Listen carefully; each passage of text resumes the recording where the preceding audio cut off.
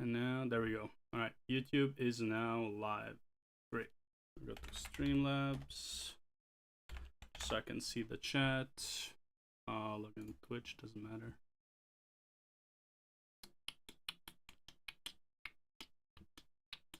Okay, this is fine, this is fine. All right, sweet. And chat box, launch it, show.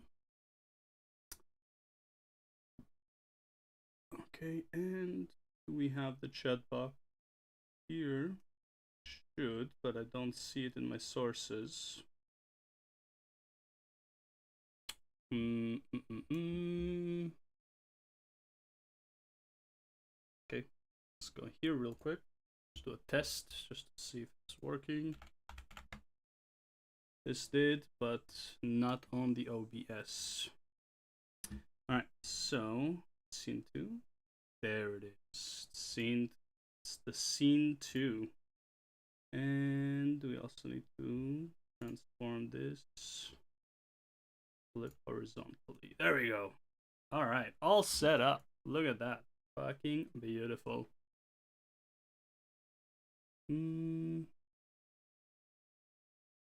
Alright, now how do I... No, I'll put this over here. Because whenever I get like a follow or whatever, it gets... Okay, so maybe I... Let's do it like this. Let's do it... No, I'll put it here. Fuck it, whatever. It's fine. Okay.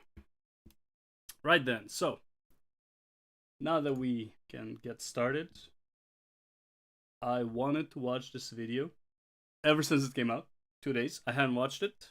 I also was making my own what do you call it, tier list for current MMOs, and I recorded it and all that stuff, but I was like, you know what, like I kind of don't want to, I don't feel like doing it that way. I also don't want to rank it like 1 to 10 because I feel like it's not fair, because honestly I only care about like the top 5 MMOs, and realistically they're all like 8 out of 10 if we just look at the MMO genre as a whole, right? OSRS is 8 out of 10. Retail is 9 out of 10. Final Fantasy 14 is 10 out of 10. ESO is 10 out of 10. Right? Guild Wars 2 is 10 out of 10. Like Classic, 9 out of 10 or 8 out of 10, whatever, right? So it's like they're all like really high up there. So I felt like there's no real reason to make the tier list that way, like 1 out of 10. Instead, I'm going to do a first, second, third, fourth, and fifth.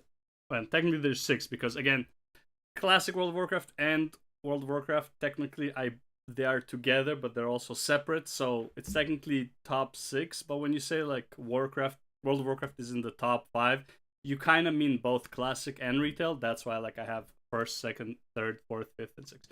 But we'll talk about that after watching this video, because I do want to see Lazy Peon's video. Every year or so he makes a video that the MMO genre is in a bad shape. Unless you know, it's a good year, then he says MMO is in a great place, and then the next year it's MMO is in a bad place. So let's see. MMO players sick and tired. As someone who's been covering the MMORPG genre on YouTube for the past 10 years, I've noticed that in recent years, the MMO community's attitude to new announcements, upcoming games, and the genre as a whole has certainly shifted from being somewhat optimistic to more pessimistic. To be fair, I was always pessimistic. To this day, I believe no matter what MMORPG you're going to release, you have to wait 1 to 2 major, I don't want to call it a patch, but like major content drop. Okay? New World 1.0 was dog shit. You had to wait till the expansion, till they fixed a bunch of the shit that was problematic with New World. Now, again, I'm saying dog shit. It's still like 6 out of 10, 7 out of 10 in the whole genre, right? But dog shit, I mean, like, content is lacking, right? There's like, you can see the clear, like, how like they shifted from PvP to PvE too late in the development. Like the PvE was lacking, right? There was so many bugs with the economy, right? The balancing of how the PvP works, like literally you had like 1 or 2 guilds controlling the whole fucking world, and it's just like you might as well join one or the other. Like that kind of thing. Like they haven't figured it out yet. For what it was, for 1.0, I think it was okay. But for what we have currently in the genre available, it was dog shit. It was lackluster. Like there's like nothing new to do aside from experiencing new gameplay feel. It's kind of shit, okay? So yeah, in that regard, that's what I'm saying. Like, that's what I mean when I say dog shit, okay? Overall, in the MMORPG genre, probably a 6 or 7 out of 10. It feels good. There is shit to do. The world is kind of important. There's world PvP. Yeah, like there's a lot. But you know, out of like the top 5, in my opinion, was like a 2 out of 10, right? If you compare it to the top 5. Like let's assume the best MMORPG that you can think of, that is 10 out of 10. And you have a list of RPGs that are similar to it, and at the bottom of it would be New World. What would you give New World in comparison inside of that list? I would give like a 2 out of 10, right? Compared to like OSRS, World of Warcraft, World of Warcraft Classic, ESO, BDO, Guild Wars 2, Final Fantasy 14, Final Fantasy 11, right? I would give it like a 2. Like it's lacking content. It's just like Luster. Anyways. And who can blame them? I've noticed it especially in myself. A couple of years ago, whenever a new MMO was announced, I was excited to make content and dive into the details for basically every upcoming game in the genre. Nowadays though, I'm less quick to even cover newly announced upcoming releases because deep down, I know that there's a high chance they either won't make it to a full release, or they'll struggle to maintain a player base for longer than 1 year. I also think deep down, this is the problem with getting into an MMO. You know from the get-go, this is a huge time investment, and giving it like a 2-hour early, what do you call it? First person, like, sorry, not first, oh my god, first impression review is really not fair in most MMO cases, because you don't know where the focus of the game is. Is it like the leveling? Is it the end game? Is it like something in the middle? Is it like the grouping? Like you don't really experience a lot of the MMO in the first 2 hours. MMOs are played over like 100-ish hours, and obviously you don't want to be like, well, after you play for 100 hours, that's when it gets good. You don't want to be at that point, but it's like, but that's an MMO. Like that is literally an MMO. Like most cases, for most people, you need to invest the time to find out if it's actually good. Let's be real. Final Fantasy 14, the first 100 hours were not great. I'm not gonna lie. Realm Reborn is not great. It's great after you do Endwalker and after you do Shadowbringers. It's great at that point because like you understand a lot of the things you have missed. But a Realm Reborn as a whole, right? I'm talking about like the leveling through it, right? It's kind of shit. Okay? Like, it's not good. In the grand scheme of things of Realm Reborn all the way to Endwalker, it's amazing. It's fucking great. Because, like, you have background knowledge of what is actually going on. Who is who, what is what, where is where. What is the history of this world? If you just drop into Final Fantasy 14, brand new player, never played, don't know anything about any other Final Fantasy, dude, Realm Reborn is fucking dog shit, okay? Like, realistically speaking. In this video, I'm going to talk about why MMO players are growing sick and tired of the genre, as well as discuss if things will change anytime soon. But first, support the content by listening to today's sponsor, Watcher of Realms, the next-gen fantasy RPG that's redefining strategic combat on both PC and mobile. This game features over 200 heroes across 10 factions, endless PvE content, epic raid bosses, and even intense GVG. I don't feel good skipping an ad, so I'm just gonna speed up. Also, I usually watch videos at 1.5 and I just totally forgot. battles. On top of that, the stunning CG, top-notch audiovisual effects, and highly detailed character designs are seconds to none. They even included user-friendly features like background auto-fights, quick startup, and custom gear enhancement tools to make it easy for new players to jump in and catch up quickly. And for their second anniversary, they're introducing a game-changing new class, the Tactician. These heroes add an entirely new layer of strategy to battles. Their ultimates let you reposition units in real time, allowing for offensive pushes, defensive blocks, or even intercepting deadly blows. This grid-based displacement mechanic truly blends offense and defense, giving you unprecedented control and tactical flexibility. We're also getting new knight heroes, Moradin and Valara, who belong to the new Tactician class. I feel like a lot of games do not capitalize on like the most popular games, like game modes, like tower defense. Tower defense, in my opinion, is one of the most popular genres of game, especially for mobile, right? And you have a lot of these games like Summoner's War, Raid Shadow Legends. You have a bunch of these games that they have a very similar. It's like, hey, you know, like roll the dice, get this, like the gacha mechanic, roll dice, get this hero, whatever, like fit it in a combo. But they only mostly use it realistically for like the same things, like these specific levels, this tower climbing, this raid boss, this dungeon boss, whatever. Like, but how about like other stuff that you can do with it, right? Like idle leveling, like, because like a lot of these characters you have to level them up manually, realistically. Like you can put auto, but it's not like auto leveling. You have to choose the level, yada yada, right?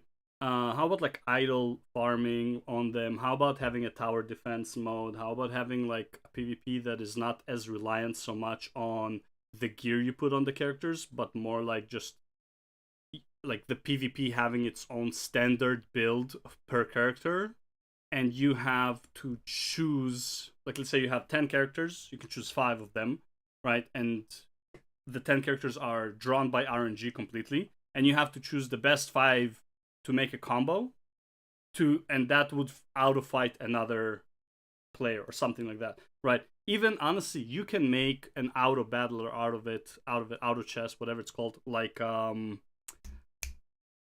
the League of Legends game, forgot the name, Legends of Runeterra. No, Legends of Runeterra is the card game. Whatever, like the auto chess, the Dota auto battler, stuff like that. Like, why don't you guys add content like that to your games? That it's not just a gacha game. Like, just, you have the resources. This game is successful. Add more content around these things. Don't just keep adding, oh, there's a new boss to fight. Oh, there's the new this. Oh, here's a new champion. Like, that shit honestly gets boring at some point. Like, at first it's like, oh, cool, I got this new champion. But at some point it's like, bro, give me like new content to do with these characters that I have, you know? And bring unique battle mechanics and on skills, perfect for buffing allies, reducing enemy defenses, and knocking foes back. And it's not just new heroes. The second anniversary celebration is absolutely stacked with free rewards. Just by logging in daily and participating in events, you can earn an incredible 119 summons for free. Plus, you'll get the legendary hero Astriel, new skins, emotes, a summoning stone skin, an avatar, a legendary skill crystal, and so much more. There's also a lot of fun mini-games like Bingo and the Abyssal Derby you can participate in to earn even more rewards. It's truly the best time to dive into Watcher of Realms, so click the link in the description or scan that QR code to download Watcher of Realms for free on PC, Android, and iOS, and start your legendary journey today. So, the biggest reason why I think MMO players have a less positive attitude to the genre nowadays than, say, 10 years ago, is that in the past 8 years, not a single new MMO release has managed to break into the top 5 most played games in the genre, and... Yeah, because you cannot... Look, even if Ashes of Creation comes out and it's the perfect MMORPG, aside from, like, the first month, it not only... Yeah, first month, gonna have players, people are looking forward to trying it out. Same with like the Riot MMORPG whenever that comes out. The problem is you just will not have content. People are not connected to your world yet. It's going to take fucking like 5 to 10 years before your MMORPG would pop off. And like in those 5-10 years, you just hope that you can get a crowd that would at least not make you go into a deficit by running the game. Like, straight up, it is literally impossible to create an MMO without... And by the way, Riot MMORPG has the best chance at this because they already have like a lore, like a world built around the MMO. So people already invested in the world. So that's good. Similar to Warcraft. Warcraft came out, people were invested in the Warcraft story. Okay. Final Fantasy 14 had some of it as well because people like played Final Fantasy, so it's like they can be like, oh, this is cool, this is cool. But the story itself, the world of Final Fantasy 14, is not related to any other world realistically, aside from using the same physics basically. Guild Wars 2, realistically, Guild Wars 2 like went under the radar for like 5 or 6 years. It's not until like Path of Fire till it actually like started attracting a lot more people, right? Heart of Thorns was okay, but like it's Path of Fire that really did it, right? And End of Dragons was probably like the top, the peak for Guild Wars 2. That's how it is. The only reason people are playing OSRS now is because they kind of tried everything else as well. Most people who recently, like in the last 3 years, went into OSRS that haven't played it before are just tired of their own mmorpgs. Drink and fulfill your destiny. Nice. I get bots to follow me now. But anyways, yes, as I was saying, it is a very long term investment when you create an MMORPG. You are not gonna be successful in the first 2 years at least. It is when the patches come out, when the fixes come out, when the new content comes out, because like you need to compete with MMORPGs that have 10 plus years of content. Good luck. Stay there for longer than a few months. The top 10 most popular MMOs are WoW, OSRS, Final Fantasy XIV, Black Desert Online, Albion Online, Guild Wars 2, ESO, EVE Online, MapleStory, and RuneScape 3. Most of these MMOs are really old. Albion Online and BDO are the newest to secure spots in the top 10, with Albion releasing in 2017 and BDO releasing in Korea back in 2014. MMOs are games that take a lot of investment. Like 10 years. 10 years for BDO to secure its place in top 10. Like and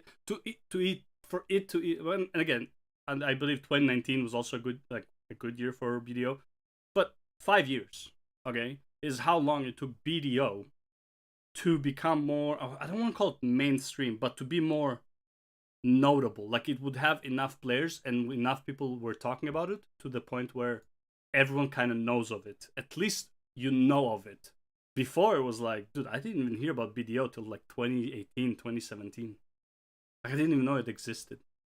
So whenever a new MMO does come out these days, in the back of your mind you're thinking, there's a 99% chance that 1 to 2 years from now this game will be dead, which is a really crappy feeling to have. We've seen this with games such as Throne and Liberty, New World, Corepunk, PAX Day, Arcade Unchained, Bless Unleashed, Bless Online, Brighter Shores, and many, many more. To be fair, most of the ones he said are dead, they killed themselves. Like realistically speaking, I remember when, what's his name? Wow, I literally just watched this video yesterday. Kevin, the Asian guy, Korean guy, he was in the... So, Throne and Liberty hosted a meet and greet, whatever, Q&A with a bunch of like streamers, right? And he was representing, technically, he was a Korean that represents or talked at least about the Western audience and how the Western audience is not gonna like the way that Throne Liberty is monetized. And he was 100% right. And the devs, in my opinion, brushed it off. It's like, no, it's like this, it's like that. It's like, and I was like, no, what he says is 100% correct. The Western world really doesn't like the Western mentality really doesn't enjoy, for the most part, how Throne Liberty pays. I don't even want to call it pay to win. It's you playing the auction house more than you play the game. It is impossible to farm the items you want.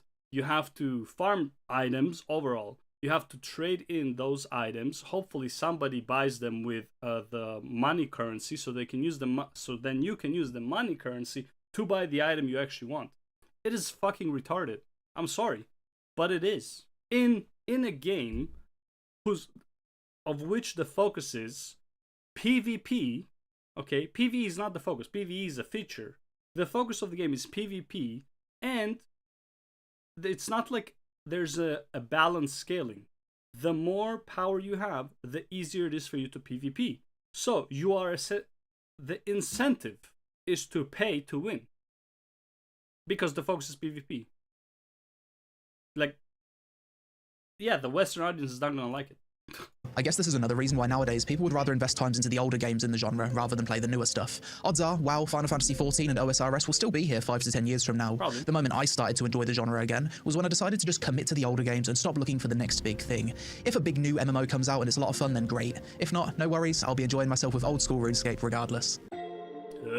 Another big reason why people are sick and tired of new MMOs is that they've seemingly hit a point where they objectively haven't massively improved or innovated in the past 10 years. Yep. When it comes to action combat, the gold standard is still Black Desert Online, a game that took 4 to 5 years to develop. Not gonna lie. I'm not, like, the video combat is nice. I am not a fan. I'm really not. It looks good, it feels good, but it's really repetitive. Not in a good way. Like, WoW combat is also repetitive. Guild Wars 2 combat is, like, it's also repetitive, but has combos and stuff. The problem with Guild Wars, with BDO is, like, I feel like I have my one AoE combo that I always do, and then my one single target combo that I always do. And there's no real reason to do anything else. In terms of PvE, PvP might be different. I don't know. I didn't even get past level 30. I got so bored of my class, because all I do is dash in, throw my blades around. I think I played LAN or whatever, and you know, and it's like if they don't die, I just keep doing the same combo. It's like, I don't know. It's just, it felt repetitive and boring. I'm not gonna lie. It looks good. It feels good, but like, at some point, you're like, I need more than just fighting a different graphical unit, you know? It's like, oh, 10 goblins, cool. Oh, 10 orcs, cool. Oh, 10 whatever golems, oh, cool. Right? It's like, and the camps are all pretty much the same. They're kind of scattered around. So you just dash from one place, kill, dash to another place, dash to another place. I don't know, man. I feel like the way the game is designed, like, the gameplay is good, but the way that everything's designed is so too organized. Can I, like, maybe that's what, like, I want to say. It's like too organized. It's like this region has these monsters, but they're not like walking around. They're kind of like, here's a camp, here's a camp, here's a camp, here's a camp, right? I don't know. Like, it feels weird. Just like it's too controlled of an environment, maybe. I don't know. Developed and released in 2014. No other MMO has action combat anywhere near the level of BDO. Also, I hate that. See that? The attack and attack stop kind of released thing? in 2014. Boom. No other MMO The attack stop has action combat attack stop anywhere near. attack stop. Like, it feels fluid enough, but I feel that little like pause, like which is fine because they're making for the impact. Kind of bothers me. I'm not gonna lie.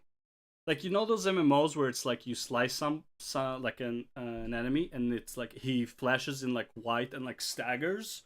That's what BDO feels like to me, and I'm not a fan of it. It feels impactful. It feels clean, but also just feels weird. Like, it doesn't feel good. The level of BDO. For tab targeting, World of Warcraft is still the gold standard in terms of fluidity and responsiveness. Yep. We frequently get modern MMOs releasing nowadays with worse combat than what existed 10 to 20 years ago, and it's hard to wrap your head around why. It feels like we're going backwards. Games like Bitcraft, Pax Day, Quinfall. I'm sorry, no offense, bro. You play OSRS, you play OSRS, you cannot talk about combats going backwards. None of these games, I mean, they're problematic, sure, and it's not great, but like, they did not go back compared to like OSRS. OSRS is still way far before, like, more ancient in terms of how the combat is. Like, I'm sorry, it's really hard to make a gameplay feel worse than OSRS. Embers of Drift, Bless Unleashed, and Core Punk all have dog-tier combat that makes you question how they even released in that state. Even Korean MMOs in recent years seem to have forgotten how to design good combat. Korean devs used to be masters of creating the best action combat in the genre, but recently we've had Throne and Liberty, a game heavily criticized for being clunky as hell. To be fair, the gameplay got a bit better with a few updates, but it's still nowhere near the level of World of Warcraft. Well, they were designing it with like a Lineage 2 in mind kind of thing, so I understand why it felt that way. But like, yeah, in many ways, because it's third person view, even though it's third person view, a game like Lineage 2 would probably have worse combat than OSRS, because OSRS at least has like spell tracking, so it's like if somebody runs away while you're shooting, you know, like while you're meleeing, your melee will still go through. Whereas like if I'm like playing melee and you're ranged, I would never be able to hit you as long as you're moving. Chrono Odyssey is another one. Recently did a beta test, combat wasn't great, people weren't impressed, needs a lot of work to even be passable. And just take a look at the latest Korean slop MMO to be announced at G-Star called Architect. Clearly mobile, PC, console, cross-platform based on the user interface, every ability, heavy static animation locks, clunky movement, janky animations. You can tell just by looking at it that the gameplay is complete arse. Bellatoris. I'm sorry, no offense, but like... Clearly mobile... This? Let's be real. Probably looks 100%. It looks like it would feel way better than OSRS.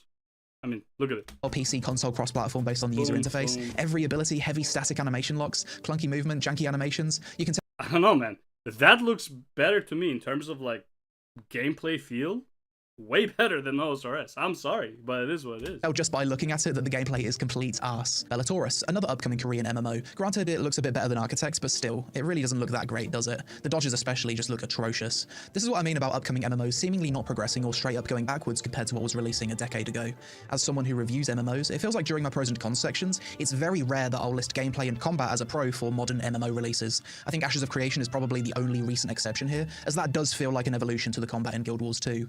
If you look at other gaming genres, Souls-likes, survival, turn-based RPGs, anime gacha games, ARPGs, and FPS, these genres have seen huge innovations and improvements over the past decade in ways that the MMO genre has not. The difference between games released 10 years ago for these genres compared to now is night and day. Across the board, you've got better graphics, smoother gameplay. I do not think MMORPGs need to evolve their combat. I think MMORPGs need to evolve their content.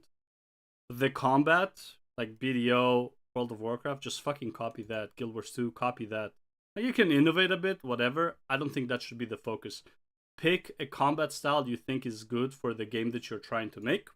Stick with it from what is already known. Honestly, trying to be unique right now with how a gameplay feels is probably going to work against you. Honestly, okay? What you should be focused on, new content, evolving the content, how people approach the content, how accessible the content is. That's what you should be thinking about when you make an MMO right now. Combat-wise, just copy something that already works that people love. Like, you don't need to reinvent the wheel and make it a bit like, yeah, sure, personalize a bit to your thing, but it shouldn't feel like complete fucking like a complete stranger. More spectacle, new types of content, new progression systems, better animations, and new innovative systems. I'm sorry, I am not a fan of this game. I haven't played it, but the idea of it is just, I'm not a fan of. I don't like turn-based. I get it. This is like, you have to like parry perfectly or like dodge perfectly, whatever. I don't know. Feels kind of boring because that kind of becomes the only way to actually play the game. So it feels like very like linear in that sense. So I just don't know. Like, people say the story is amazing, the feels amazing. I get it. And I saw some of the boss fights, but honestly, it just really doesn't look interesting. The top 10 games in each of these respective genres has fluctuated much more than the top 10 games in the MMO genre.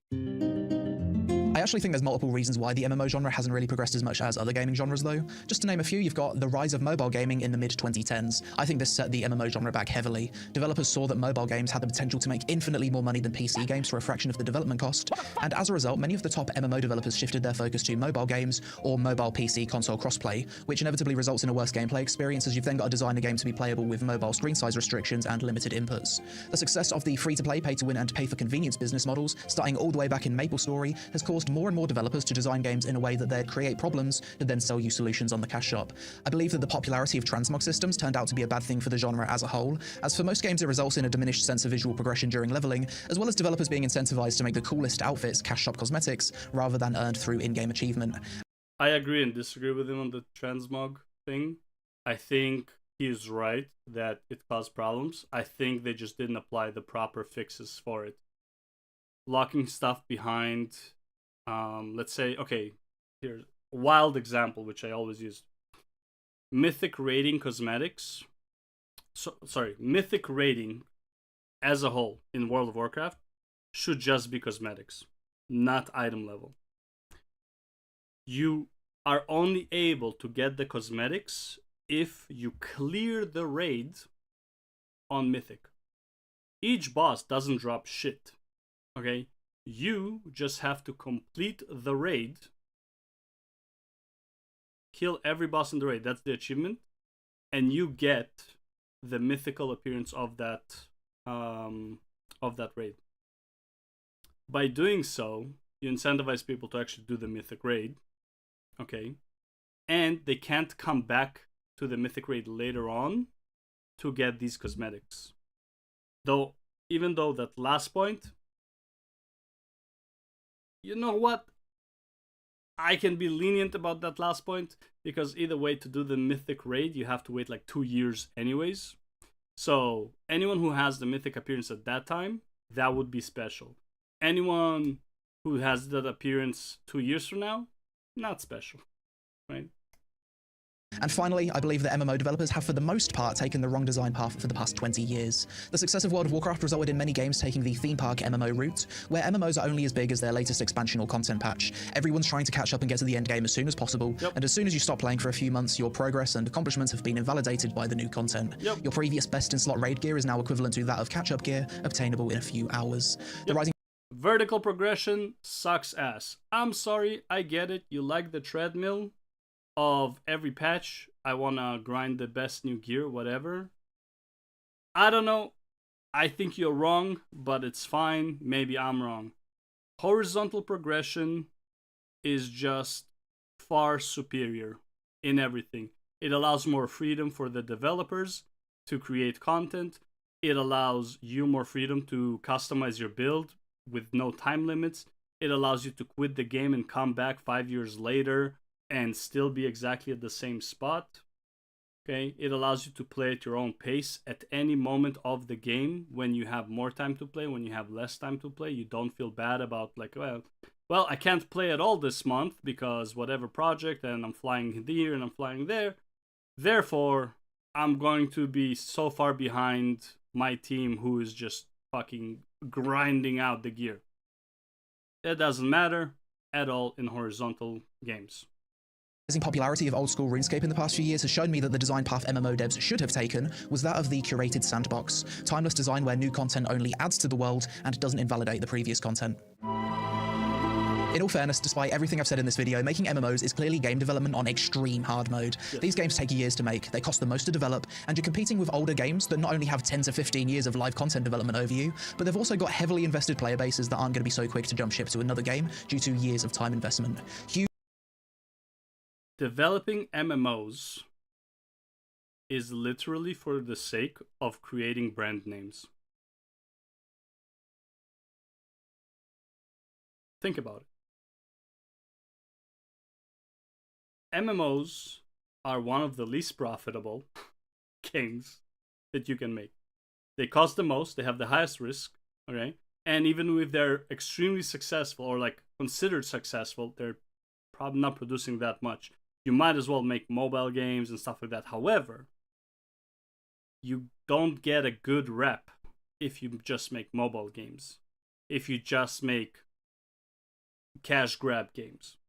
You create an MMO to give yourself a better name in the industry. That is pretty much it. And obviously, like if you're an indie developer because you love the genre, sure. I'm talking about like from a big business perspective. Like, why would Blizzard keep making World of Warcraft? Realistically, they could just keep recycling Classic over and over and stop the development of retail. WoW is not one of their top earners. You know? Didn't they make more money with Call of Duty? They definitely made more money with the mobile games. Okay? Like, by far. Diablo Immortal within like a couple weeks made them like already like 10 million or some shit like that, 14 million. Like, bro, it's not even close. If I was Blizzard, like from a business standpoint, I would work on World of Warcraft mobile. Like, duh. The only reason you don't is because you want to have a good name. In my opinion, MMOs are not the most popular genre. Like not by a long shot. Huge MMOs from big studios often get cancelled. To name a few, we've recently had the untitled ZeniMax Online MMO get cancelled. Hytale was cancelled, even with the support of publisher Riot Games. EverQuest Next, the Marvel MMO. The Riot MMO had to restart development. Blizzard's Project Titan was initially an MMO before being reworked into Overwatch. Then we've got countless Kickstarter MMOs like Chronicles of Valeria, Camelot Unchained, Pantheon Rise of the Fallen, and far too many to even mention that either ran out of money, went through development hell, or are still in development. Hell. Is there Are still in development hell. any hope, though? Are we ever likely to see MMOs become as popular as they were in the early to late 2000s? I honestly think we need a massive technological change for that to be the case. We need something like fucking Sword Art Online type shit. We need VR to be one of the, like, a standard as a PC. Is there hope for the genre? Yeah. Do I have hope for the next 20 years? Not really. Like, realistically, not really. I think VR needs to be the standard. I think VR needs to be better than what it is. Ideally, work when you sleep. You know? Like, log into the game in your sleep. Okay? I don't know how your brain would rest, but fuck, man. Who cares? Just live in the Matrix. Yeah, that's, like, really the only way. If you can lay down with your VR headset, lay down and, like, exist in a whole other world and go on adventures and actually feel like it, that would be it. Like, realistically, that would be it. Until then, honestly, no, I think we peaked for the moment. We need, like, a massive fucking overhaul of, like, our technology. Not overhaul, but, like, something new, completely new. Honestly, I don't know. I'd always hoped that with technology improving, developers could potentially use AI to assist them with coding so that MMOs could be developed in a quicker time frame, but I'm not too sure if that's the case because I'm not a developer. At this point, I'm aware that most of you watching this video are probably in your late 20s to early 40s. We're getting old, and a lot of us just want something to relax with after work and get that good brain feeling from seeing the number.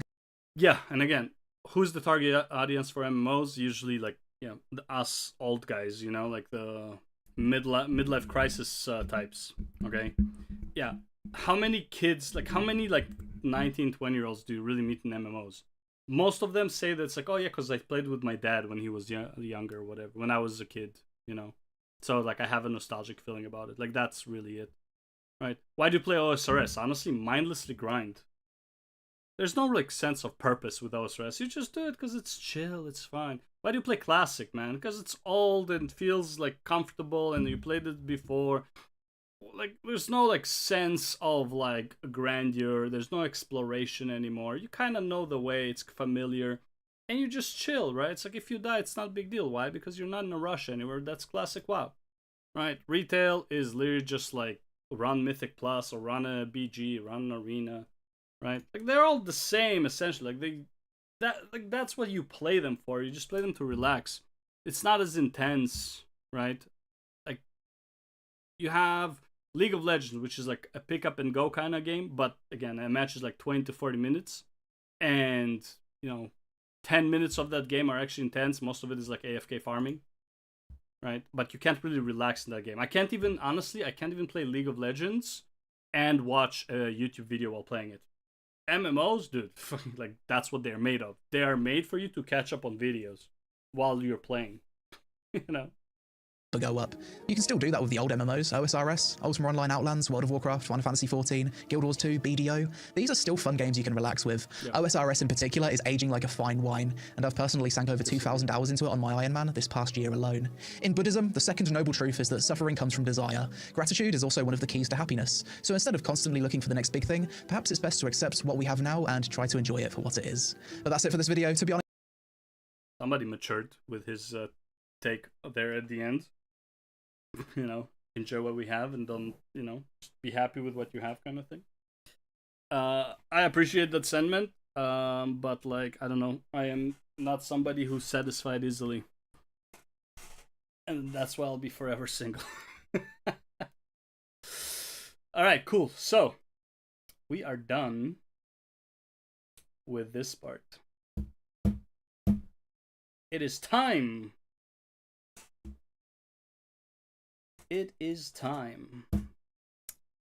So the way I want to go about it, now it looks like a, well, what, you only have like 6 of these? Like, what are you going to talk about? Now, but that is not the way I'm doing things. I'm going to keep reusing this list, and we're going to keep another list in check with the actual scores, okay? First place gives you 6, second place gives you 5, 4, 3, 2, 1. How many points you get. And whoever has the most points at the end is the first place and second place and third. Our categories: gameplay feel, content variety, and we're going to talk about them as well. We're going to talk about each and every one, right? mmorpg, what does that mean? Means it is PvE content that requires you to interact with other players. I'm gonna explain that more when we get to it, because you might think Mythic Plus is mmorpg. It is not. You don't actually interact with players, you play next to them. So we don't care about that. And Mythic Plus, for example, would go into the content variety. See the difference? Okay, mmorpg would be something like classic World of Warcraft world buffs. That would be mmorpg. Dungeons in classic WoW would be mmorpg, because you actually have to interact with the players. Mythic Plus in retail is not mmorpg. World bosses in retail is not mmorpg. Okay? You don't talk to anyone. Realistically, you don't even join a group. You are just a bunch of people doing a piñata. Then another category is PvP, and the last category is story. In my opinion, these 5 categories are the most important ones. However, I will add this later on, in a sense, as a side note. I'm not going to use this for points, but I'll tell you right now. There are 2 variations for gameplay. There's horizontal and there's vertical. Vertical, by default, for me, which is why I'm not going to put them into points. For me, by default, vertical deducts points. Like, no matter how bad or how good a game is, if you're a vertical progression, the highest rank for me would have been 4 out of 6. Okay, if you have 3 horizontal and 3 vertical, verticals will start at the 4th one. Even if like the first game that is horizontal, the worst game that is horizontal is so fucking bad, you would still be more in favor than a vertical progression. That's why I am not going to use that for the list, but I will mention it as what type of game it is if somebody actually thinks about playing them. Okay, in my opinion, horizontal is king. Like, it's not even close. All right. Now, our contenders. Even though I said it's top 5, you would see that there's actually 6 games on the list. Because, for the most part, people consider World of Warcraft and retail to count as one. But I do want to rank them separately. Like, if you ask like top 5 MMOs, you would just get World of Warcraft. Not really going to get retail or classic, you're just going to get World of Warcraft. Why? Because honestly, you buy sub for one, you get sub for the other. So technically you get 2 games for the price of one. Either way, I'm going to rank them separately, but essentially they are one. Does that make sense? Alright. So first things first. Oh, sorry, one more thing for the rules, okay? They are just ranked compared to one another. These are the top 5 MMOs. No questions about it. World of Warcraft, OSRS, Elder Scrolls Online, Final Fantasy XIV, and Guild Wars 2. These are the top 5. As much as I don't like OSRS, it is a top 5 MMO. It is what it is. Okay? So we're just ranking them compared to one another. That's why I don't want to use the numbers. Okay? Alright. Let's start with gameplay feel. Retail WoW. By far. It's not even close. It is the cleanest, the most impactful, the best looking, the most the numbers, like just the damage numbers, everything about this game in terms of combat feel, top notch. It is. And I don't like World of Warcraft, but it is what it is. In terms of gameplay, it is top notch. And the only thing that comes even remotely close is classic WoW. Okay? And the only reason they're not the same is because there were overhauls done throughout the years, and retail feels better, smoother, less clunky, less annoying to use than classic. But in terms of, you know, the grand scheme of things, I would say they're practically the same. But if you had to choose one, I would choose retail. Okay? OSRS. You know it. I know it. In terms of gameplay feel, it is atrocious. It is the worst feel of any fucking game I've played in the last decade. Okay? It is on the level of the Forthcoming. Actually, I don't know. I think the Forthcoming might actually feel better to play. You ever played this game? It is basically OSRS feel with, in my opinion, a better story, a much more fun combat system, but it is extremely lacking in content, and all the content is the same, basically. So, and if this was a successful MMO, it would still not compare to OSRS, because you cannot even run the amount of people. You literally do not have enough room here for even a fraction of the amount of people who are playing OSRS. Okay, if you have 100 people on the server, which by the way, I believe this is over server capacity, you will not be able to farm anything for your level.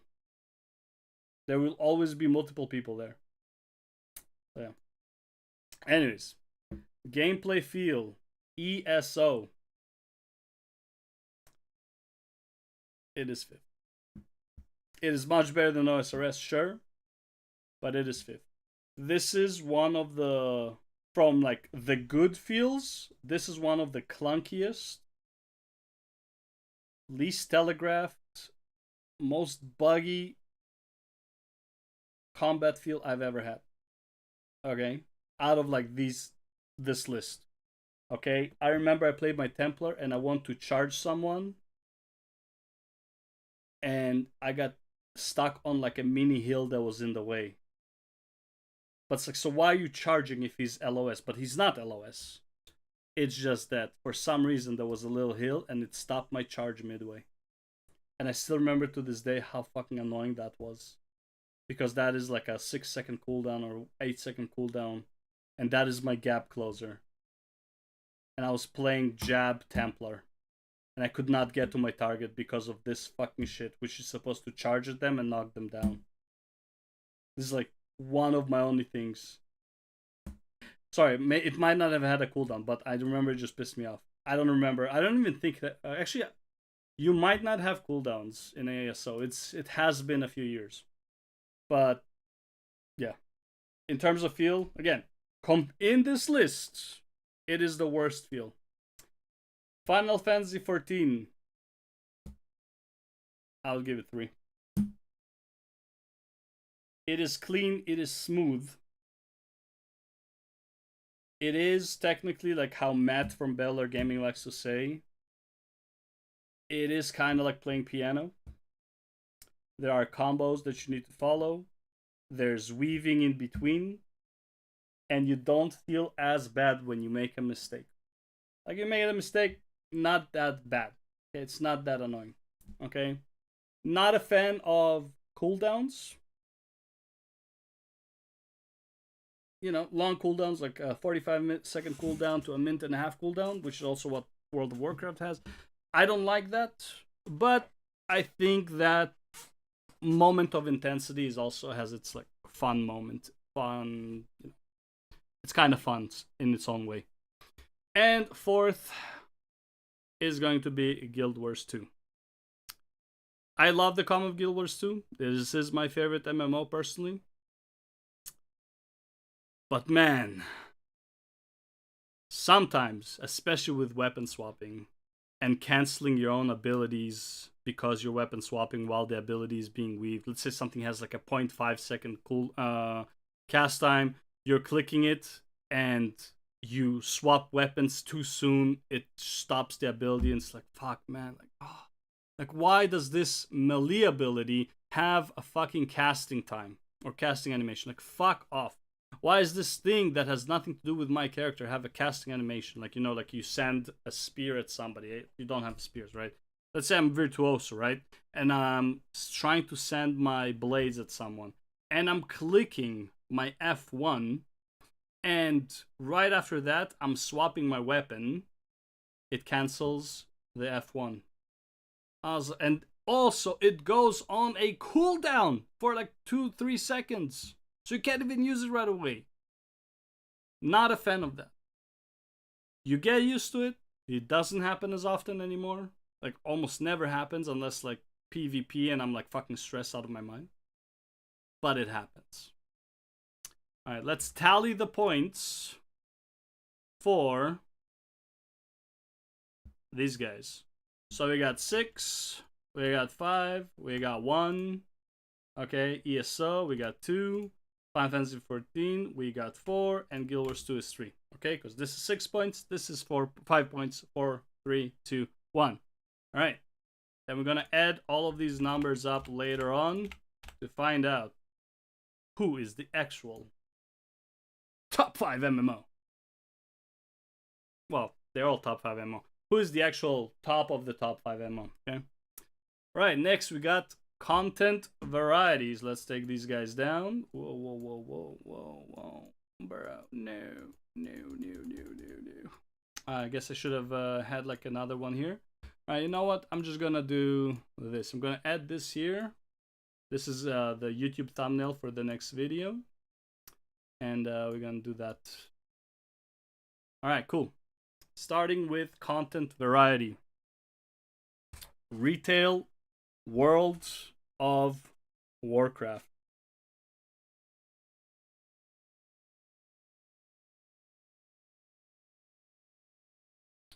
I gave it the 4th. Maybe I should do it like from bottom to top actually. That would make more sense. Even though like once you get like the last 2 you kind of know. You know what? We'll do that. Okay. The worst content variety out of all of these MMOs. Classic WoW. There's really nothing to do in Classic WoW. You're leveling. Have the same dungeons. You have like 4 raids. It's really bare and bones. Right? What is your content in Classic WoW? You have BGs. You have leveling, which is like whatever. Okay, sure, content. Okay. You have the dungeons. You have the raids. And you have battlegrounds. And world PvP. Sure. Okay. Though realistically, you don't have world PvP. Okay, most people play on a PvE server. And the ones who play on PvP, eventually it's just a one-sided server. Aside from like maybe the one-off where it's like balanced. Okay. Realistically speaking, because BGs are out, World PvP is not really a thing. In my opinion, never was. World PvP is trash. Okay? Just my opinion. All right. Number 5, we have Final Fantasy 14.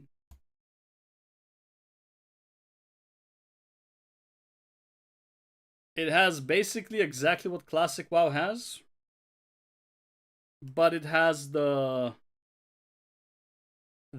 weird dungeon, the puzzle dungeon. Forgotten the Savage dungeon.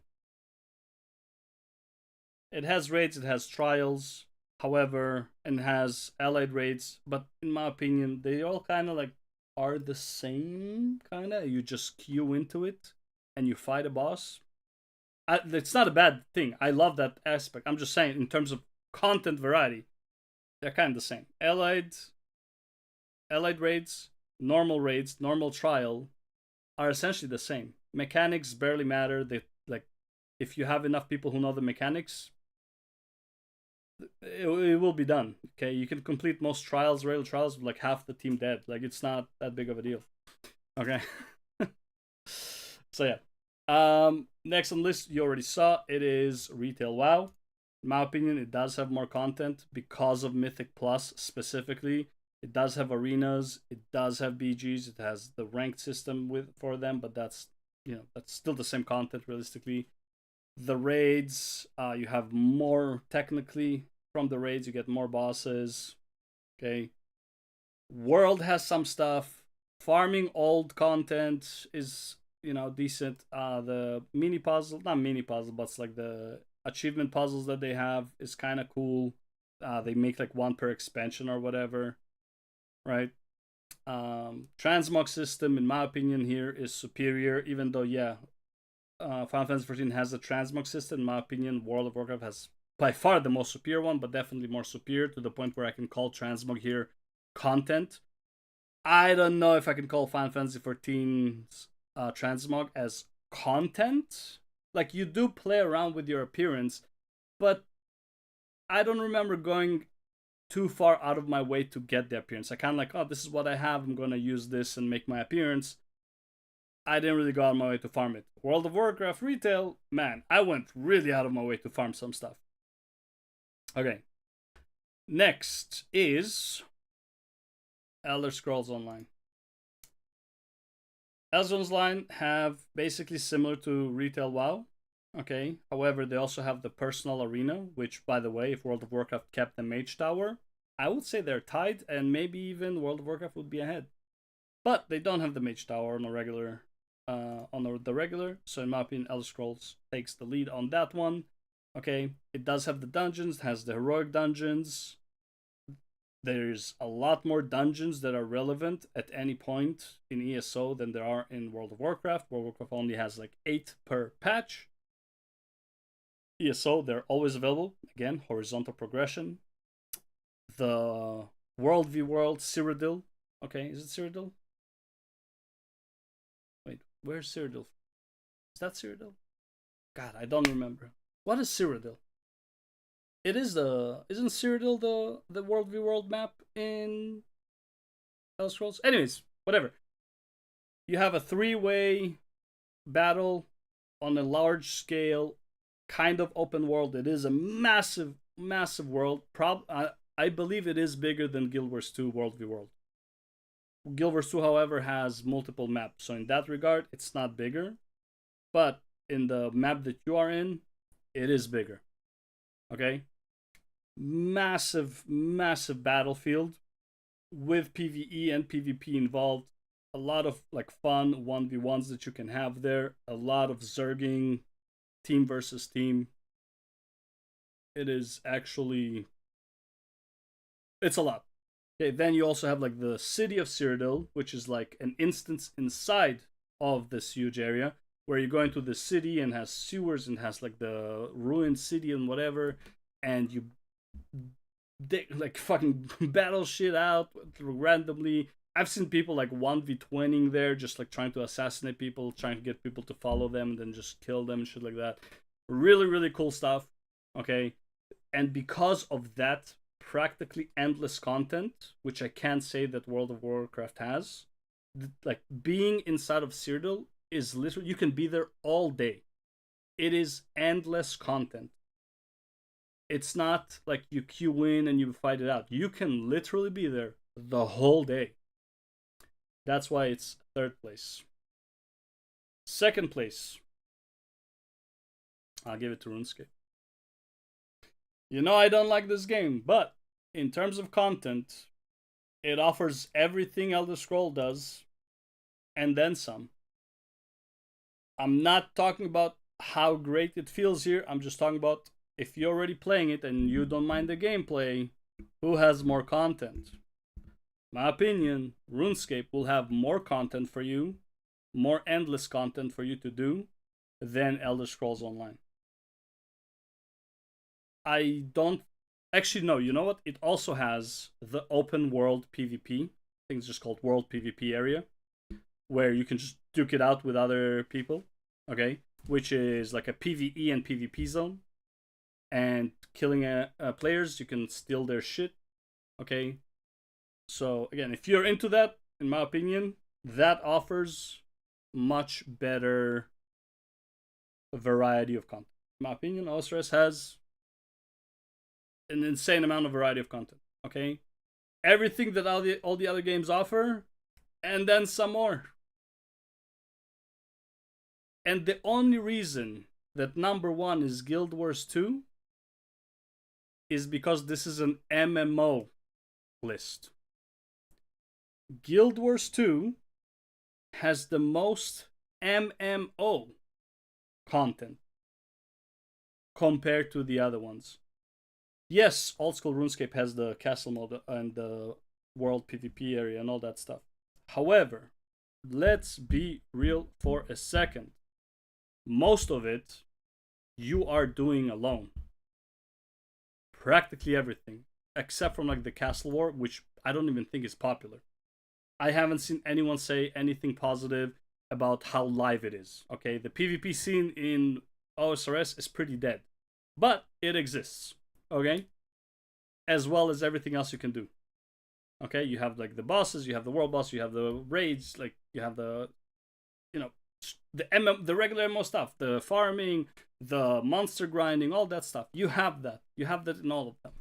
Okay, I just think OSRS offers more, and the only reason Guild Wars 2 is above them, in my opinion, Guild Wars 2 and OSRS offer a very similar amount of content.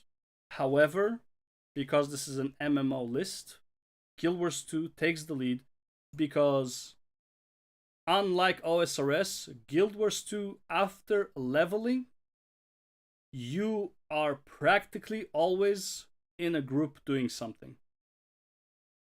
You're doing World v World, you're doing it with other players. If you're a solo roamer, that's cool, but for the most part, even if you're capturing... I like to play World v World sometimes, okay? Sometimes I'm just like, there's not much to do, there's no like commander in sight, whatever. I'm just gonna run around, capture camps, and like maintain my tier 6 bar, okay? I can't remember the last time I did that and not ended up in a group with somebody doing the same, to then eventually we're taking a tower, to then eventually we're like taking a keep because like, nobody's around. Like the enemy team that's controlling this, let's say red team, is not... I haven't seen a red dude in forever. Let's take a keep. Let's take their keep, fuck it. It's not a tiered keep, it's clearly just like a base keep. I don't see any red players. Fuck it. Let's build a golem and build it at camp and fucking send it. I stole keeps with 2 or 3 players multiple times after we took towers, after we rotated camps and all that stuff. It always feels like an MMO content. You're doing what's it called? You're doing events. Well, where's the meta event? You go to a meta event, you have to be in a group of like 30 plus people, almost all of them. And usually there's some wait time, people start chatting. Pretty much almost every meta event I join, except ones that I'm like late to join, I get super lucky to join into because the map hasn't filled yet. I'm talking to somebody about some shit. If like we're just sitting there and waiting, we're just throwing memes around, playing with our cosmetics in front of one another. You're always doing everything with people. And that is why Guild Wars 2 takes the cake on this one. All right, so let's tally up the points, boys. All right, retail, that's a 3. Classic, that's a 1. OSRS, that is a 5. ESO, that's a 4. Final Fantasy 14, that's a 2. And Guild Wars 2, that's a 6. All right. Moving on. I'm gonna do the same thing. I'm gonna go from the 6th one all the way to the 1st. Next one, mmorpg. First, let me explain what I mean, even though I explained a bit at the beginning. What is mmorpg? It is PvE content that you have to do with people in the world, not just 1 or 2. It has to be like a big group doing stuff together. Okay? For example, and interacting with one another with like some objective gameplay, okay? For example, World of Warcraft Classic, that would be considered MMOPVE when you go for a world boss. You have to coordinate this shit, okay? World of Warcraft Retail, doing a world boss, is not MMOPVE. You're not interacting with other players. You just go to the zone, and usually there's just players there waiting to beat this motherfucker up like the piñata he is. Okay? In terms of MMOPVE, in my opinion, the worst one is Elder Scrolls. You have absolutely no reason whatsoever, aside from maybe Cyrodiil, to ever interact with another human being in this world. Ever. Like, literally never. Instance gameplay is not MMOPVE. Instance gameplay is just instance gameplay. Okay? Queuing into a dungeon and getting a group automatically, never talking to them, and just going through the motion is not MMO. It's just instance gameplay. Okay? That is my definition of MMO. Obviously, that is not the definition of MMO. This is how I view MMO. Okay? Interacting with other players, having a shared objective, having to coordinate with other players, that is MMOPVE for me. And many players, not just 1 or 2. Okay? So, ESO, aside from maybe Cyrodiil, and honestly, even Cyrodiil, you kind of just play alone. It is a very solo-centric MMORPG. Okay? Next on the list is... Ooh, I'm gonna get some hate for this. Or am I? Maybe I'm speaking the truth. OSRS requires practically 0 interaction with other players for pretty much any of the content. All of the content is soloable. Not all, but like pretty much like 98-99% of the content is soloable. The raids are soloable. Should you do them soloable? No, but you can. You have no reason other than like maybe trading to interact with other people in this world. And honestly, I don't hate it for it. Most of the time when I play an MMO, aside from Guild Wars 2, I just play to like kind of like do nothing, just kind of like, you know, do my own thing and whatever, do whatever I want. And, you know, if there are players nearby, that's cool, but like I mostly play solo. Okay, like that is my goal when I go into it. Many times. It just so happens that in games like Guild Wars 2, I'm always in a group and like there's always like something to say. But there are times when I'm just like, fuck it, I'm just gonna do some tier 1 rifts and like this map is like there's nobody here, so I'll just do them solo. Like it's not a big deal. Right? There are times queue into a PvP match solo, right? I don't consider that as an MMO interaction, it's just an instance. Fractals, that's not an MMO interaction, it's just an instance, right? So I have plenty of that in other games too. and I don't fault it for it. But if you're looking for the MMO feel in PvE, where you're interacting with other players, you are a bunch of you trying to achieve a common goal. You have to split into different objectives to do it. That is, in my opinion, what an MMO PvE feel like is. And OSRS and ESO just do not provide it at all, in my opinion. It can, but it really doesn't. Okay. Number 4. Man, this was a close call. They're kind of the same, honestly. I would say number 4 would probably be FF14. Because even though it is rare, in retail WoW, you can sometimes have an interaction with another human being. In FF14, you really don't.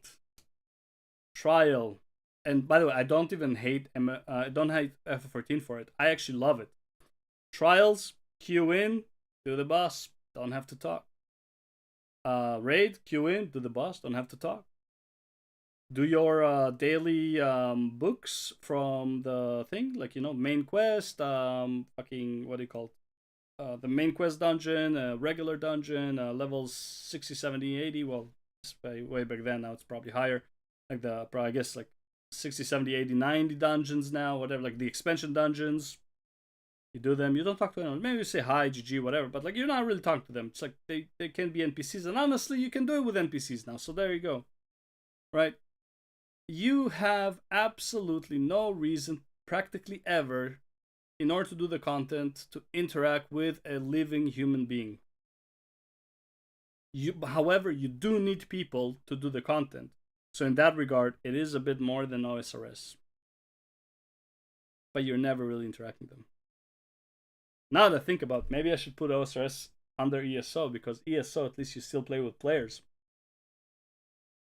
But you never really see them. At least in OSRS, you see the players, right? Like you go to a town, there's a bunch of players. ESO, you really don't see players ever, anywhere. So, you know, I know, I think they kind of balance each other out. I do think OSRS has a more MMO feel overall than ESO, so I'll give it that, but it's pretty close. FF14, you see a lot of players all the time, but you really don't need to interact with them. These are all pretty close. Same with this one. Exactly the same thing. You never have to interact with anyone. In all of these, you really, really don't. There's absolutely nothing you need to do with other players that requires you saying anything to them. Okay, they are all honestly very, very close.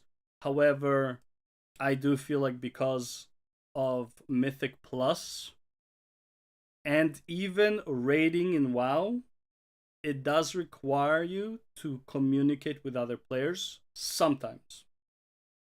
Mythic Plus almost never, but it happens. Raids usually happens, but you also need to interact with people to join the raid. I'm not talking LFR. If you want to do normal, if you want to do heroic, which is completely normal to pug, you are usually talking to people to some extent, even if in whispers. Okay? You're Red Paladin, there's one more Red Paladin, and you tell each other, it's like, oh man, how did we sneak into this? Back when Red Pally was really not popular in raids. Okay? It's like I made a bunch of like Red Paladin friends. They're still on my BNet friends list, which I just don't open ever. Literally because we were both Red Paladins talking shit in whispers in a random raid we both joined, and we couldn't believe that we managed to join in. And then we started also competing with one another for for DPS. Talked about our builds during that raid. How come I'm doing more? Where am I saving my cooldown? If, let's say, we wiped. The heroic ones, like heroic pugs, you get wipes sometimes. You know, like maybe 5 wipes per some bosses, right? So you get to converse, and he's like, dude, how are you doing so much more damage? I was like, oh, I'm waiting for this phase to pop my shit because I know the boss is not gonna move, yada yada yada, right? And I know there's now other mechanics that make me move, right? And sometimes he would do more damage. I was like, what build are you using? And it's like, oh, I went for crit build, and I was like, oh, bro, I'm like more on haste, like, holy shit, you know, like stuff like this. Okay, you don't get this interaction anywhere else. Why? Because you know there's less stuff to talk about. Final Fantasy 14. The gear is kind of there, okay? It's just the gear. Like there is min-maxing, but really doesn't matter. Okay, it's more about like knowing your rotation, realistically. World of Warcraft is knowing your rotation, having the gear for your thing, maybe having this trinket that increases this and that, right? There are some things that like play a bit more, okay? Good shit. So yeah, that's why. Number 2. Yeah, it would be classic retail. Yeah. You gotta talk to people to do some of the elite quests. You gotta talk to people to get the world bosses. You gotta talk to people to get into dungeons. You gotta talk to people to get into raids. Okay, you gotta interact with other people. It has a much more MMO feel than these ones. Even though, in my opinion, you don't really need to like talk to them. You kind of just have to like have some diplomatic skills to converse with them so you can both go and achieve your own like the goals that you want. Okay, usually, however, most of the time these are people that are in your guild. But if we're talking about dungeons, especially when leveling, just leveling as a whole, which is probably the biggest aspect of WoW Classic, you are more likely compared to others by far to interact with other players and create some sort of connection, talk to them, all that stuff. Okay, but I mean, it's not even close. Just by the fact that meta events exist with multiple phases, multiple events, multiple the squad leader has to like make some squad shouts, whatever you want to call it, announcements for people to be aware of something that is coming up, splitting up the groups, having you interacting with your group, all that stuff. Okay, do you have to interact with them, like talk to them? No, but you also never have to talk to anyone, similar to like pretty much all of them. However, aside from like fractals, pretty much all content in Guild Wars 2 is meant for you to run in a group. There are events that you can do solo, but many of the important events, all of the important events and many of the regular events are group events. Okay, I would say majority of the events, I can't say majority because there are a bunch of small events that are like just random, right? But maps are literally built. So many maps are just built for you to run in a group of 50 people, you and 49 others, and split up on the whole map. Like literally the whole fucking map is designed for you to split up and do your own objectives to kill the bosses or boss. Depends on like the map, right? End of Dragons, what do you call it? Honestly, most of them require you to split to like 3 groups, okay? Dragon's End map, literally a map designed around the meta. You have to do events before the event starts to get damage and health boost in order to open the chest at the end. The event itself have you split into 3 groups. Ideally, you also spread out your boons, like your buffs, across these groups, okay? Then you have to split one of the groups into 2 once more. And then during the boss fight, you again split into 3 groups, which usually are the same groups you already split into. Okay, you split those 3 groups into 2 for one phase, and then you split them again into 3 for the next phase. Obviously, this is all organized beforehand. However, this kind of interaction and also like paying attention to what's happening, sometimes like even if you're split evenly, one group is doing substantially better at like killing their part. So you have to like talk to them, be like, hey guys, like fucking come help us out, okay? Like you guys are too strong, Okay, there's a lot more MMO interactions in Guild Wars 2. It's not even close. Running with a group of at least 30 other players is part of the norm. MMO wise, Guild Wars 2 is the most MMO PvE game out there. It's not even close. Okay? It is hard to do something solo and end up alone after even like half an hour of playing. That's just how it is. Right, so let's tally up the points. What we got here? Retail gets a 4. Classic gets a 5. OSRS gets a 2. ESO gets a 1. FF14 gets a 3, and Guild Wars 2 has another 6. All right. Next. Boop, boop, boop, boop, boop, boop. PvP. And this one, who is the 6th one? This is kind of hard for me to say. I want to say Classic WoW is the worst in terms of PvP, but FF14 is a really close second from the bottom. Okay. I honestly feel like, oh man, this is rough. This is rough. Should I just give them both 2 for this? So Classic WoW has Battlegrounds. Final Fantasy XIV has Battlegrounds. Classic WoW has World PvP. If you choose to go down the route. Final Fantasy doesn't, but it does have the Battlegrounds, and it also has the 3-way Battleground. It's not as big as World v World, but it is there. So you have like the 5v5s, like literally like just 2 teams, literally like a regular Battleground. And you have the 3-way free-for-all.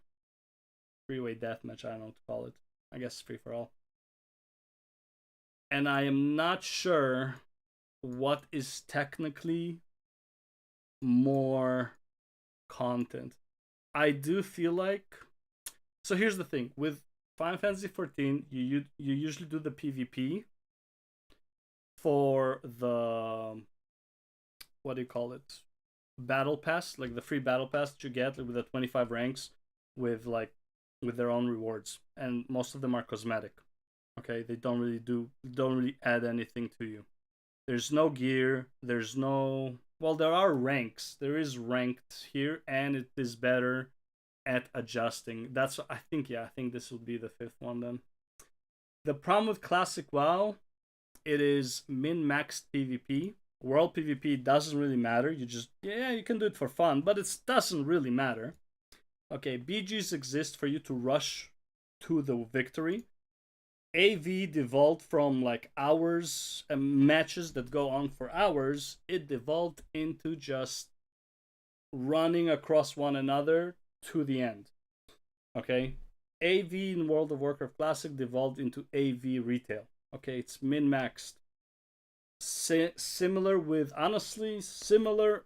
any other battleground. Warsong Gulch is the same. Okay, you would rather lose as fast as possible if your team cannot, like, is weaker. Okay, there's never like a balanced queue. You're never like facing people at your own level, which is something that Final Fantasy XIV does with its PvP, with the battlegrounds.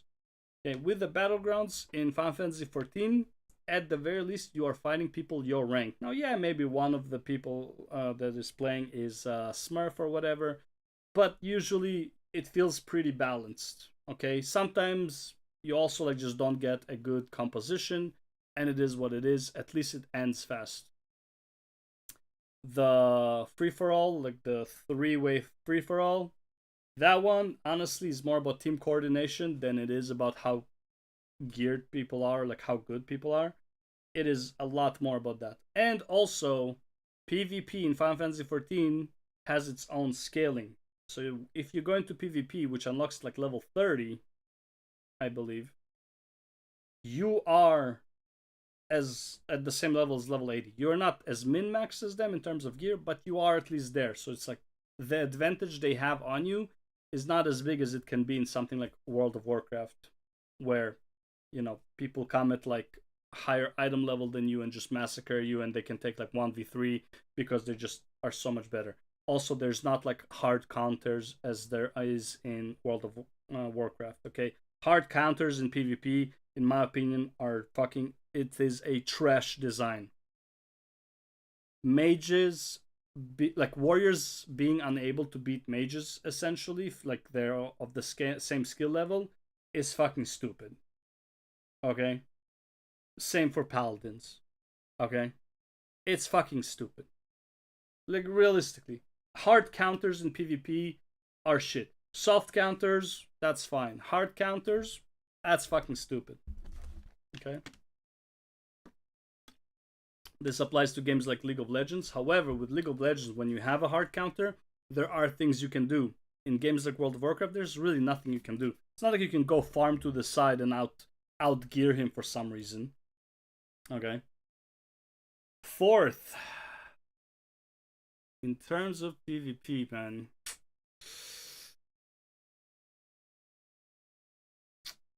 Yeah.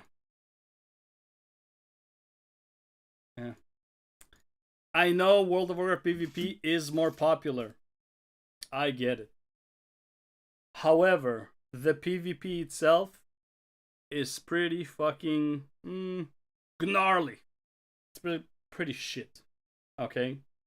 Arena, I'm not talking about like the top level of PvP. I'm talking about like the average level where most of people are, which is 1600 to 2100. Okay? I would even go as far as say 1400, but honestly, that really doesn't offer much of a difference. Up to 2100, this is what PvP is like, okay? When it comes to arena, ranked or not ranked, the strategy is lock down one target, CC the healer, or unless the target is the healer. Usually it isn't, because it's not easy to just nuke a healer. Okay. Focus down one target, CC the healer, nuke the target. If he dies, you win. If he doesn't, it is the enemy's turn to do the same. Run around for a minute or two for your cooldowns to come back. Do it again. That is the average arena match. Most of them end in the first minute, which is great in my opinion, because somebody forgot to click their defensive buff. Sometimes there is baiting. Yeah, advanced strategies is baiting a cooldown and then running around and then blowing somebody up. In terms of tactical gameplay on an average PvP in World of Warcraft, it does not exist. Also, the amount of content for PvP is very low. You just have arenas, you have battleground. And the battlegrounds are all the shit. And the arenas honestly could be the same map all the time because they are essentially the same map that looks a bit different. The only one that is really different would be the Lordaeron one, the Undercity one, because there's a grave in the middle and you don't have pillars to hide behind, so you have to run circles around the grave. That's pretty much it. BGs in World of Warcraft, they're okay, but that's all there are. They are okay. The problem is, no matter how many BGs you're gonna throw, and by the way, I think the BGs in World of Warcraft retail are actually great. I'm not a fan of the PvP as a whole in World of Warcraft because of how the skills work, but in terms of just the content of PvP, I think the battlegrounds are actually great. They offer a variety from capture the flag, hold like a ball and bring it to the middle, like just holding the ball gives you points, bringing it to the middle gives you more points. You have capture the flag bases, basically Eye of the Storm, right? You capture a base, and then you have to defend it. You have the similar thing with Alterog. Sorry, not Alterog. AB. Jesus Christ. Auric Bassin. Okay. AB is very similar. You capture a zone. Works a bit differently, I believe, in ranked versus how it is in regular, because regular you have to capture the flag, whereas like in ranked you just have to stand in the area or something. Or maybe it was one of those like special events. I don't remember, but I remember there's like a version where you don't need to capture the flag; you just have to stand in the area. Either way, zone capture, cool. Then you have the mining carts, also in my opinion, kind of cool, especially because you can change where the mining carts go to make them go longer. So the variety of the battlegrounds is great, and in my opinion, has more battleground variety than any other MMO in terms of like how the battlegrounds work. However, they all essentially boil down to who has the stronger team rather than who has the best strategy. It is very rare for you to be in a well-matched environment in PvP. Let's move on to the next one. Next one is also kind of a close call. OSRS. Now, OSRS, technically, as from my understanding, because I don't play this game, and even if I did, I would never get to the point where I PvP in this game, because the gameplay is atrocious. But, in terms of how much PvP variety you have, I think OSRS does take the cake here. Well, up to third place. Because of the variety it has. Has the castle sieges ish, right? The world PvP, the 1v1 arena, I think, and the way the combat works, there's no hard counters because there is no classes. So 1v1s is all about skill expression rather than just what kind of gear you have. So in that, because of that, and because the variety, in my opinion, is better, I think OSRS takes the cake. I just don't think PvP is popular. Okay, we're not talking about popularity here. We're talking about variety. If you talk popularity, okay, in terms of popularity, it's one or the other, honestly. This one, low queue times. This one, I saw last night, Swifty had a 5-minute cooldown for an RBG. Not cooldown, queue time. Okay, 5-minute queue time. Not great. Guild Wars 2, however, very often you have queue times into maps. These are maps you can join at any point. If you have queue times, means the map is full. So in that regard, I still think that Guild Wars 2 is better. And it's more live, right? Not necessarily because of amount of players, but you can get into battles a lot faster, and the battles are better. Anyways, we'll get to Guild Wars 2. Next one is Elder Scrolls. And Elder Scrolls, in my opinion, is a very close first or a very close second, however you want to look at it. I do think Guild Wars 2 is just slightly better. But the BGs in Elder Scrolls are not... You're playing, some games you're gonna be playing against people you destroy, and some queues you're gonna be against people who just like you can't even leave the base. They have like people who 1v5 you. They're just that good. Okay? And it's like, yeah, you can get good, I get it, but I'm just saying that's like it is extremely not a fair matching system. As far unless they changed it, but from what I read so far, because I did a bit of research before this, it's pretty much the same shit that it's always been. And it's a blast when you play with friends, even if you're losing. But man, a lot of BGs or fucking... They're all the same, essentially. All the BGs are the same. Capture an objective or steal something from an enemy base. And they are not matched properly. Like sometimes you just get to fight against insanely good players. Cyrodiil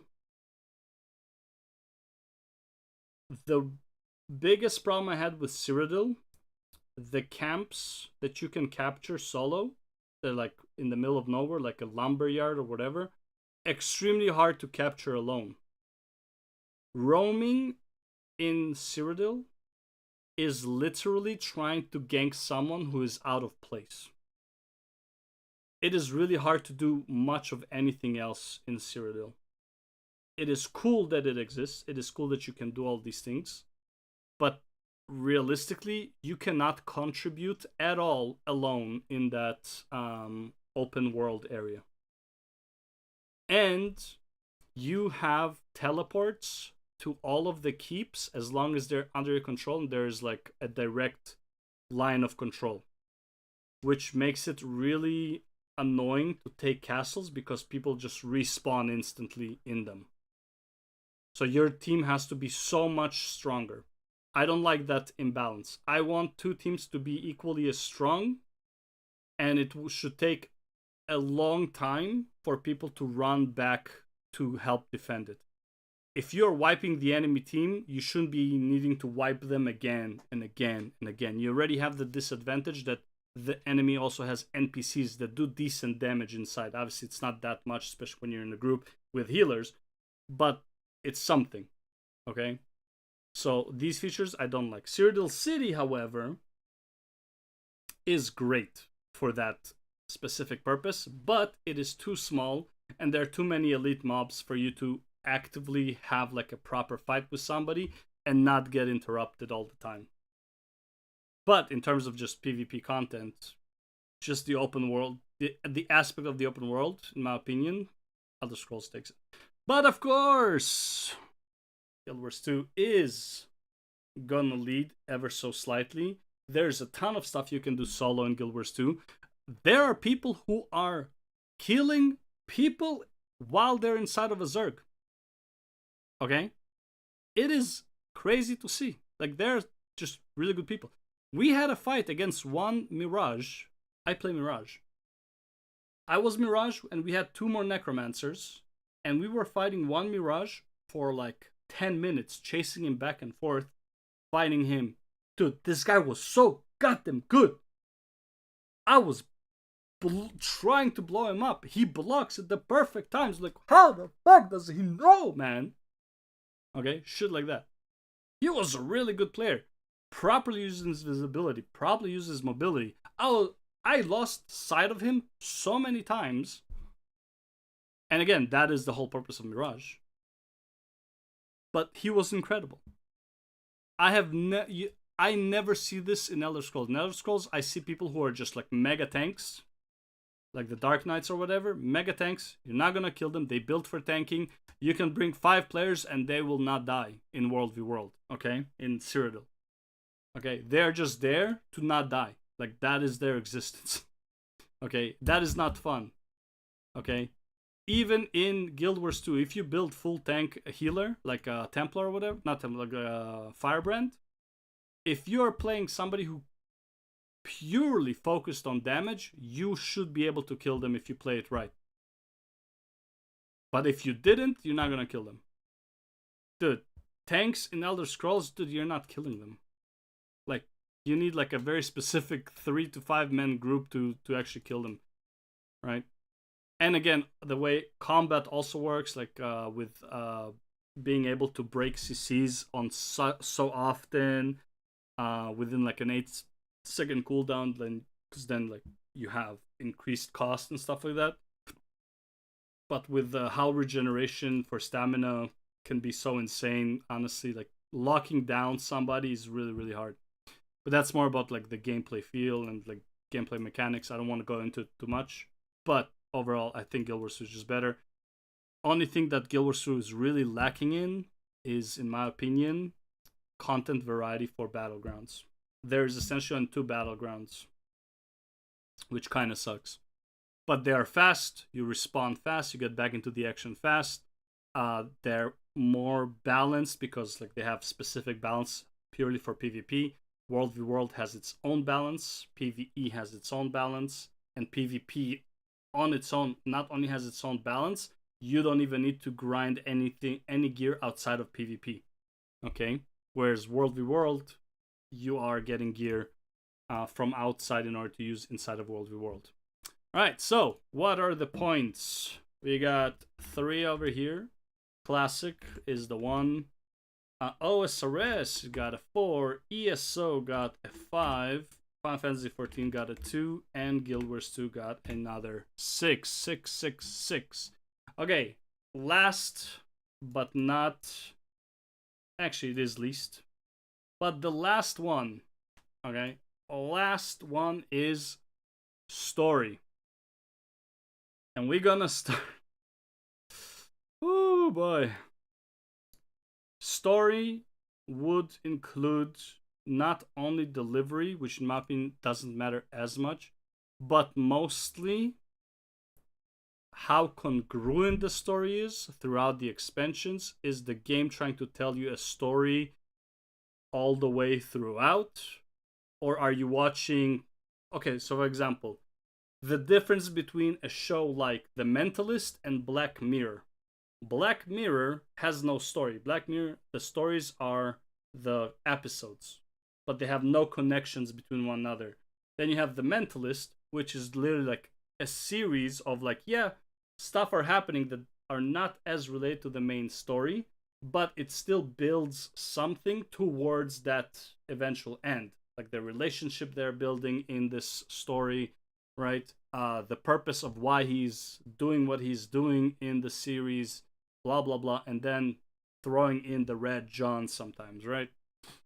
So those are differences, right? Take Black Mirror and a series like Game of Thrones, okay? Every episode adds to the story, whereas like Black Mirror, who cares what the previous episode was? They're all standalone episodes. And the king of standalone episodes, OSRS. It is just a mix of random stories in random areas. There's no real grand story. It's just the world. It has zones. Each zone has a bit of a story, and that's cool. There's really nothing that you need to know about anything in RuneScape in terms of story if you want to do something. The only reason you care about something is because you're trying to get something out of it. You don't really care about the implications this has for the world. Okay? And similarly to that would be Classic WoW. Classic WoW again. All of the stories are just zone stories. There is no grand story in Classic WoW. I actually want to make a video like I made in a video about through the expansions. I was gonna make a video about like every expansion's lore and what like the implications of it is. And there's like nothing. Like, there is a grand story behind World of Warcraft. Sure, there's a grand story behind RuneScape. Sure. But when you're playing the game, how much do you really get information about the Legion or the Old Gods? Yeah, you're fighting an Old God. Sure. And Deathwing was affected by Old Gods. And so also, like, you're fighting Deathwing's kids. But it's like, it's all fragmented stories. Every zone has a story that the zone relates to, and that's nice. But in terms of like grand scheme, one thing leads to another type of story, there is nothing like that in World of Warcraft. There's just a bunch of, in Classic, sorry, there's just a bunch of just fragmented stories of each zone. So that's why it's number 5. Next one on our list would be... Whoa. Yeah, I went way too far there, Retail. Why retail in number 4? Even though the story is more congruent, even though the expansions kind of tell a story one after the other, it always feels like the story ends at about 2 or 3 expansions in. Or they make some weird relation to the next expansion at the end of the first one. So for example, is there any relation between Classic to TBC? Not really. you finish Classic with, what do you call it, with Naxxramas, which honestly, if it led into Wrath of the Lich King, would make sense. But it doesn't lead to the Burning Crusade. But we are going to the Burning Crusade. Does the Burning Crusade lead into Wrath of the Lich King in any way? Who's the last boss in Burning Crusade?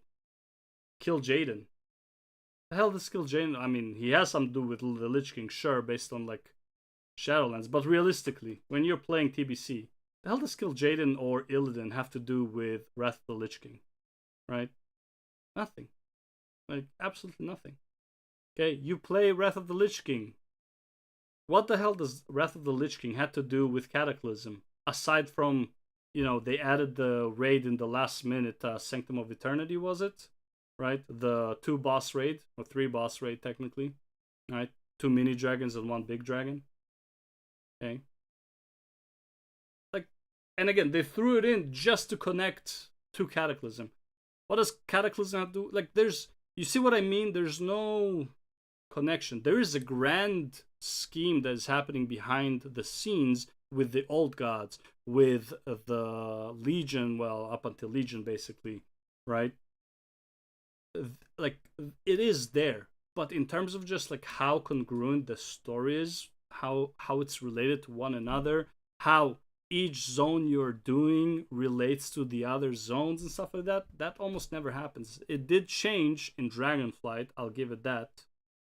Right, Dragonflight had more relation to the Dragonflight, to like the key story of the dragons. Even Legion didn't have that good of a relation between each zone. Each zone had its own kind of story. Suramar had no relation to High Mountain. High Mountain had no relation to like the Viking zone, whatever it's called. Forgot the name completely. Something Heim. Stormheim? Maybe. Okay. Odin had no relation to what do you call it? Odin and Hela have no relation realistically to Nighthold. Had no relation to the, what do you call it? Holy shit. Tomb of Sargeras. Okay. The only relation you had there is Tomb of Sargeras into Antorus. That is the only actual relation. Well, actually, you can say Nighthold was kind of keyed into it with Illidan, but you know what I mean. Like, most of Nighthold, aside from Gul'dan, really didn't like relate. That's what I mean. Okay, World of Warcraft, not too great on storytelling. The grand story of World of Warcraft, I love it, but in terms of storytelling, it's pretty damn shit. Okay, next one. This one is actually pretty rough. I am not sure which is... I think Elder Scrolls is a bit worse than Guild Wars 2. Okay, why Elder Scrolls a bit worse? I think there are many long stories, but very low relationships between each one. Every story is kind of like... They don't mix. Every DLC has a story that has nothing to do with the previous expansions. The main story has practically nothing to do with your race's story. So all the main stories are the same story. You go, you see your like Dark Wanderer guy, forgot his name, and you do the quest that he gives you. Doing the story of the zone, like that one is related to the story of the zone, but that's about it. There's no continuous story throughout the expansions. It's just zone stories as well. However, at least they're like long enough where the zones, like, it's a third of the continent. It's a story for a third of the continent. It makes more sense. And you can understand the relationship of where you are compared to how you relate to these guys and how you relate to the third guys, right? And why there is war between the three. So it tells you the story of the conflict that is happening live in, Tamriel? Yeah, Tamriel, I believe. Right? Live in Tamriel. So in that regard, the story is better, also told way better. Pretty much every quest is voice acted. The characters are pretty funny. Well, some of them better than other. Razumdar, man, love that guy. Right? But in terms of relations, it's like, imagine you have a series like Game of Thrones, and instead the way Game of Thrones was built, season 1 would delve into the north, season 2 would delve into the Dothraki, season 3 would delve into the Lannisters, and then season 4 they all finally meet. Okay, like maybe, right? Like that's what the story in Elder Scrolls feels like. Guild Wars 2, however, feels like there's a clear line of progression. You are dealing with catastrophes and they relate to one another. So, for example, and this is spoilers if you've never played Guild Wars 2, there will be a bit of spoilers up until End of Dragons. I'm not going to spoil too much, but there will be. The first expansion, sorry, like not expansion, the first, what do you call it? The classic Guild Wars 2. Okay, you're dealing with one of the dragons waking up and starting to cause catastrophes. Okay. The second one, you're dealing with another dragon that woke up, and because of you dealing with the first dragon, something happened to the second one as well. And now you have to deal with him. The third one doesn't have much to do with either, but it builds up to the inevitable conflict between you and the last two dragons. Okay? And then you tie it all together. Actually, no, sorry. The third one, you are dealing with one of the dragons. I forgot about him. He went insane. Okay, he woke up as well, and he fucking went ballistics. And again, the reason kind of explained decently enough for it to be a congruent story. Then you are dealing with the last two dragons again, because no more dragons are left, and these guys are now vying for territory. Let's say it. Okay, I'm giving you half truths. Okay, and then the last one is you're dealing with one more dragon. Okay, that you are not sure where this dragon came from and what the duty of this dragon, but this dragon, I'm not gonna say more. But anyways, it's all connected up until that peak point.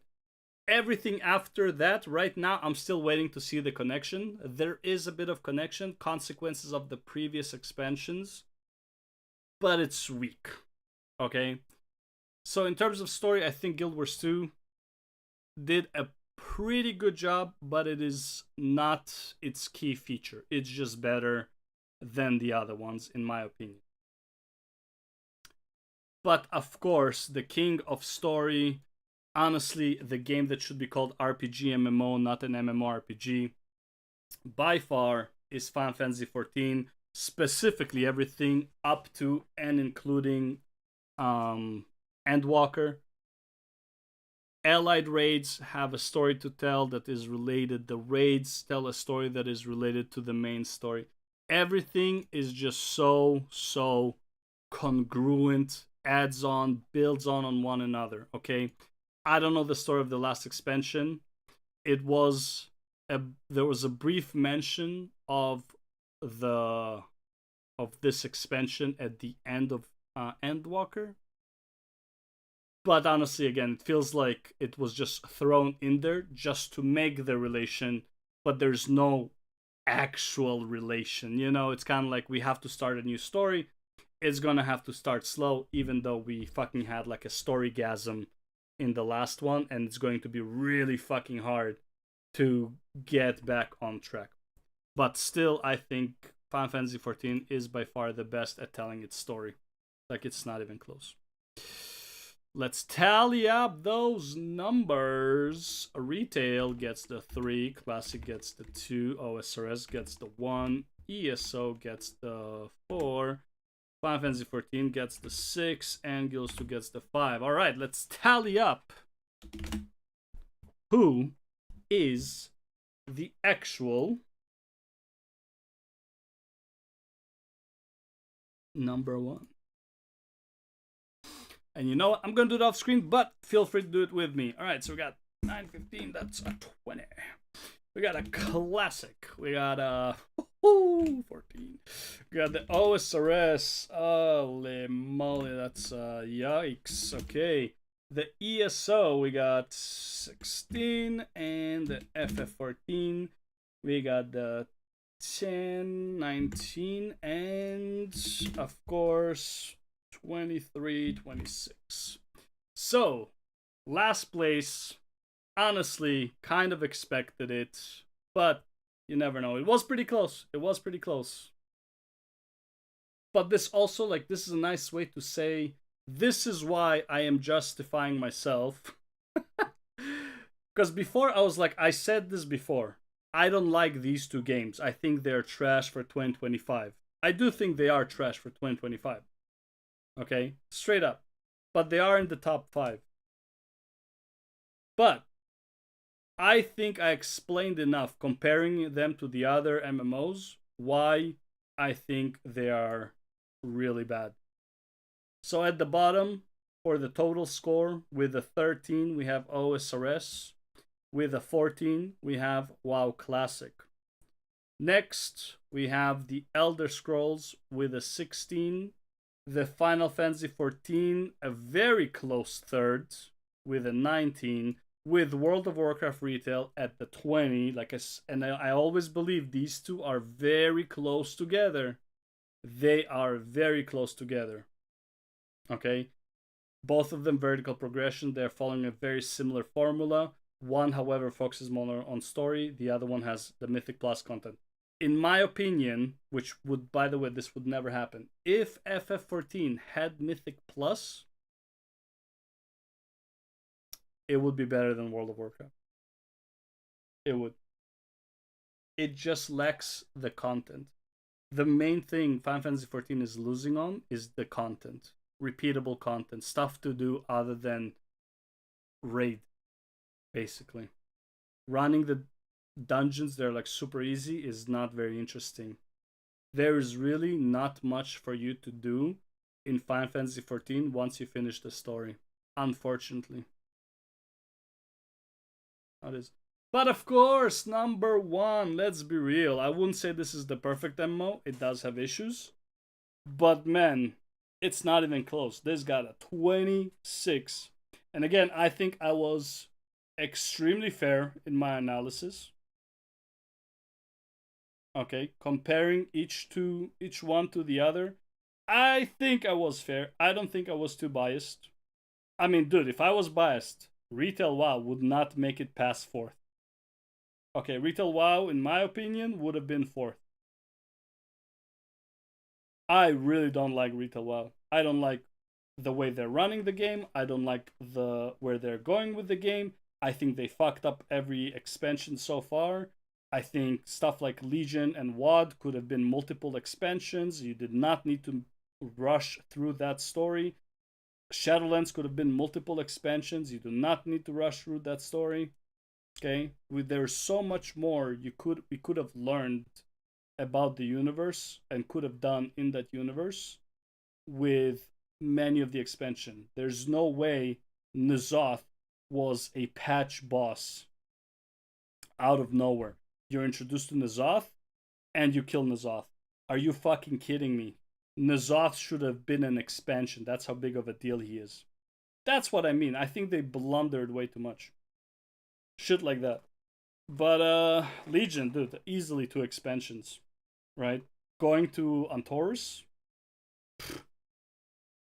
You know? Antorus, I think, is the raid. What's the name of the planet? Argus. Going to Argus should have been a whole expansion on its own. Easily a whole expansion, if not 2. You are on a brand new planet. Are you kidding me? The possibilities. I think World of Warcraft just blundered too much. That's what I'm saying. Like, in my opinion, I would not have put World of Warcraft at 2nd. I think it would have been 4th. So let me know what you think, if I was fair enough in my analysis. But I think I was pretty fair. Especially, again, this is all subjective. Feel free to argue this in the comments. Tell me why you think I'm wrong. I don't think I was too offensive against any of the MMORPGs. If you're offended, I mean, honestly, get a fucking life. But yeah, if you think I, made a mistake with something being at any point 6th or 5th, for gameplay, for content, for MMO PvE, for PvP, let me know. Maybe you can change my mind. We'll see. All right, sweet. Done with that. Man, that took way longer than I thought. But anyways, I want to know if I can run this. I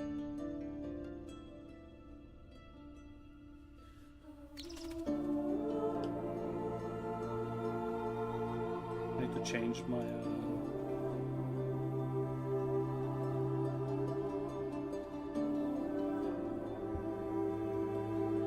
change the game I'm playing. Oh my god, that's nice. That's nice music.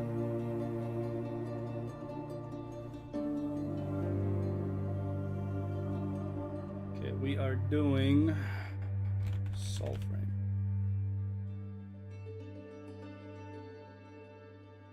Oh, new King of Avalon sponsorship. Damn.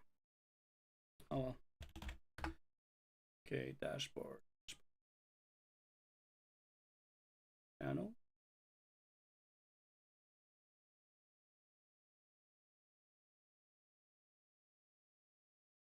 Heading. Jesus. Alright, do like this. Channel, no. Creator dashboard. Edit, Soulframe. There we go. Boom, save. Nice, nice, nice. Okay, and YouTube is YouTube. Let's actually check YouTube real quick. Man, it's so fucking hot and I can't turn on the AC or the fan because it actually like ruins the sound quality. Not that the sound quality is great to begin with.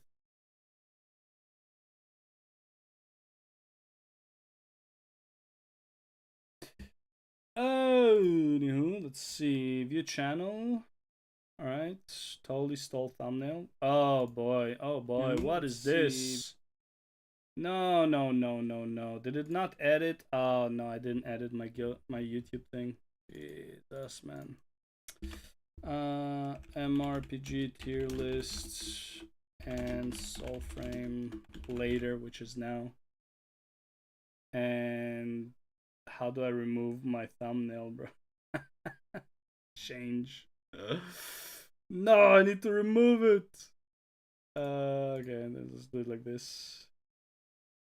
Jesus, this for an hour, huh? My my YouTube was live went to shit. Okay, let's see this. Active community guidelines strike. Get that back. Okay, let's do this. Your channel. Are we good now? Yes. Sweet. Okay. Enter. I hope this doesn't lag. If it is, then I guess the stream ends.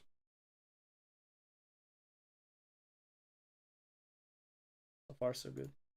I'll go into the options first thing.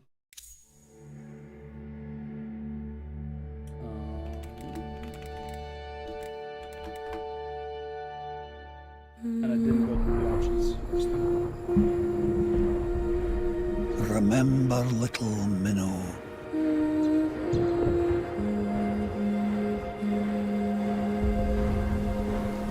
That night of old.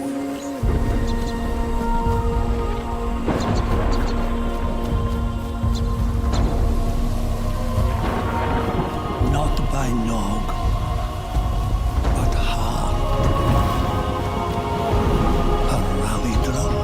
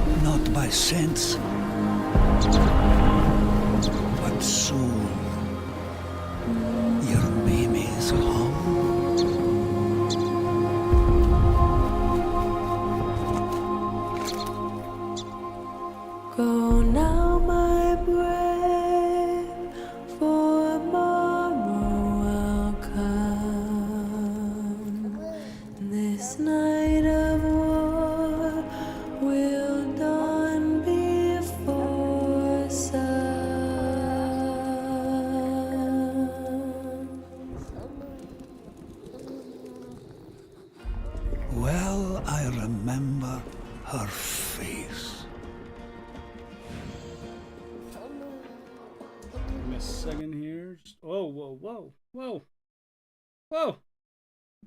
It's not windowed full screen, that's why. Chat box. There we go. Just hid my chat box, so like in the case somebody ever shows up here, I wanna be able to see what they're writing. Okay, what's this? That's copper glow.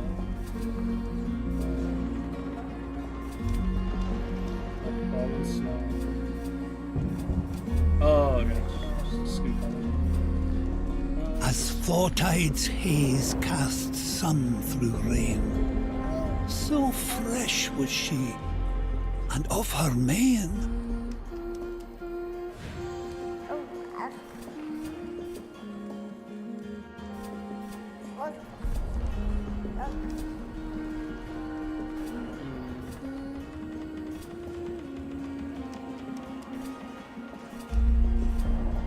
What is more princely?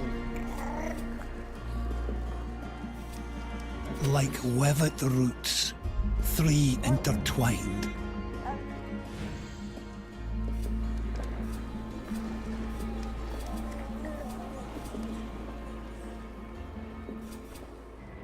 Such fletching gold shone round her eyes. Nice. Does this really matter? Like sproutling seed, their green bid growth.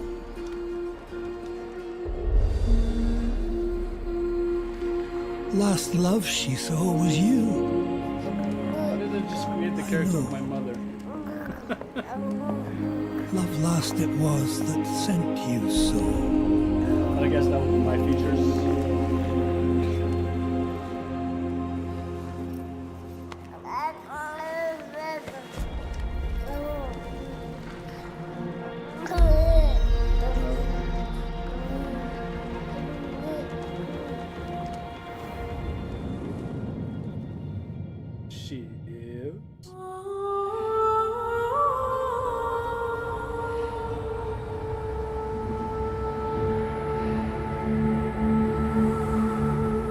Choose your frame.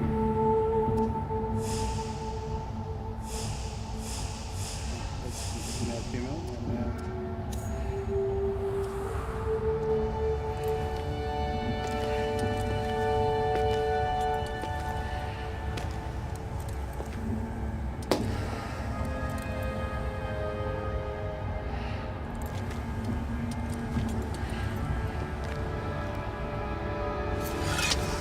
Remember this.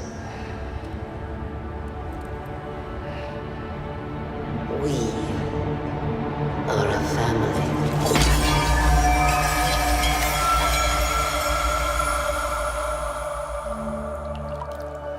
go again. Beyond the pale of Odin's sky live verdant fields of rain and wild, where omen beasts of Alka's lost remember still and tell the ghost.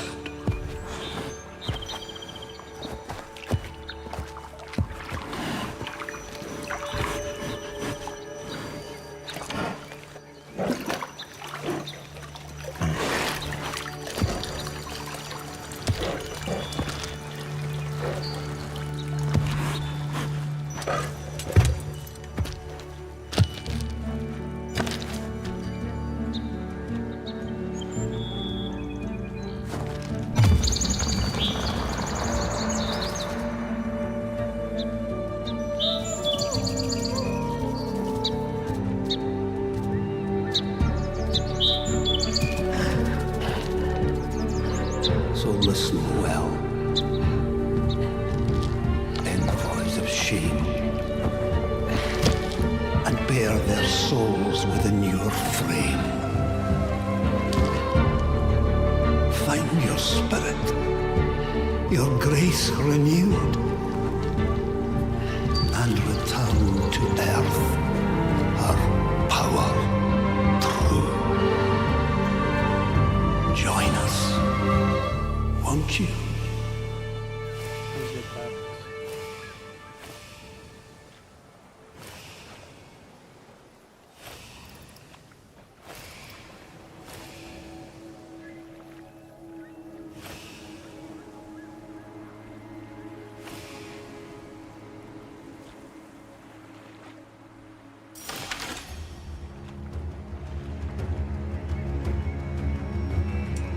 Born of the moonlight on was he. The hero ready not. Take the back of the Fey assassin. Syrian, learn the trickster's glamour. Wear the ranger shroud, have grace, envoy for a well-aimed bolt to me and the world. It has done so once before. Cloud of magic dust. Enemies are blinded, leaving them vulnerable to sneak attacks. Set free your trickster shadow. Secret draws enemy fire and explodes when foes get too close. Cast a veil of magics to hide you from your foes. Float like a night moth and attack from behind. Well-worn hunter's bow, roses, bodkin, a brooch of sword-sharp petals. Though delicate, it is strong. One wonders how it bear when thrown. Pickle flute, whistle carved of willow wood. Whether sparrow's song or breeze through trees, Alka speaks in music. This staff. A witching staff of alder, large seed, smooth and worn. In hands held to the ear, one may hear a gentle heartbeat, a whistle carved of willow, phantom flock. This game is just art, honestly. Like, this is art. Alright, we got the swords, medallion, pipple flute. On the wrath of Valley, consecutive melee strikes did the damage. Call of ancients, sing the owl, or song, attract attention, clash, sunder and sun, stagger and stun enemies.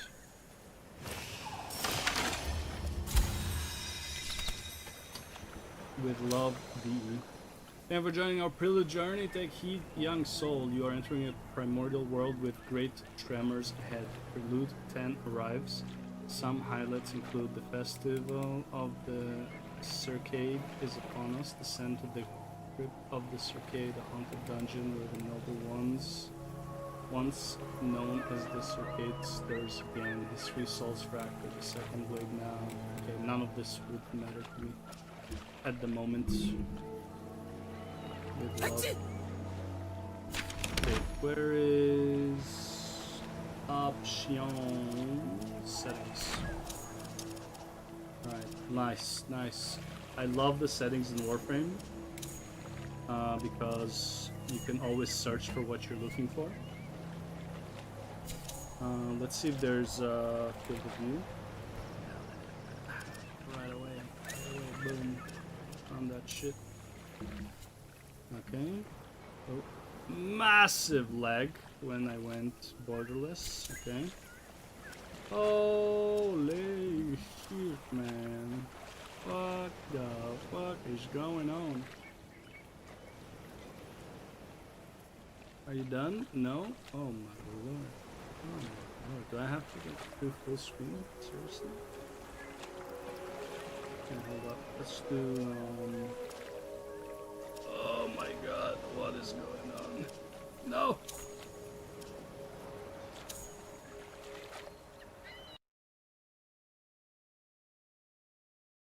Oh, we're so back. Alright, there we go. Let's refresh this guy. My Chrome just fucking crashed because of it. It's fucking crazy.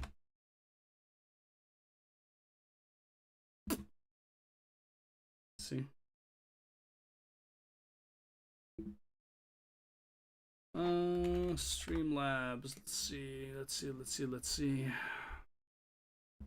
Yeah, this like fucking destroyed my Chrome right there.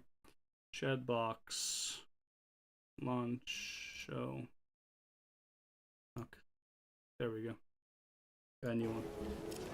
Let's see. Not a fan that the chat is here. Not even sure why it is here. Do that. Do this. We can make it like this. That's fine.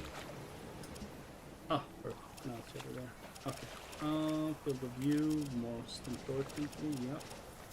And then medium geometry quality. We're doing quality, so medium. Shadow quality low, texture memory fine, particle system medium, GPU particle quality that's fine, anti-aliasing whatever. Dynamic lighting,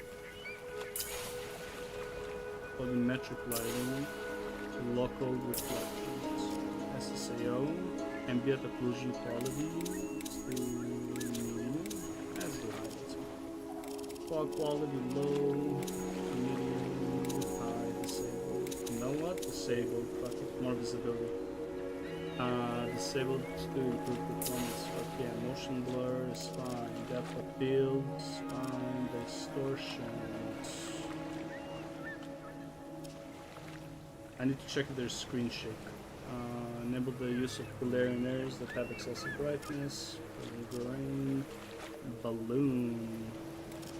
Its brightness when appropriate. Not included that. Elemental color.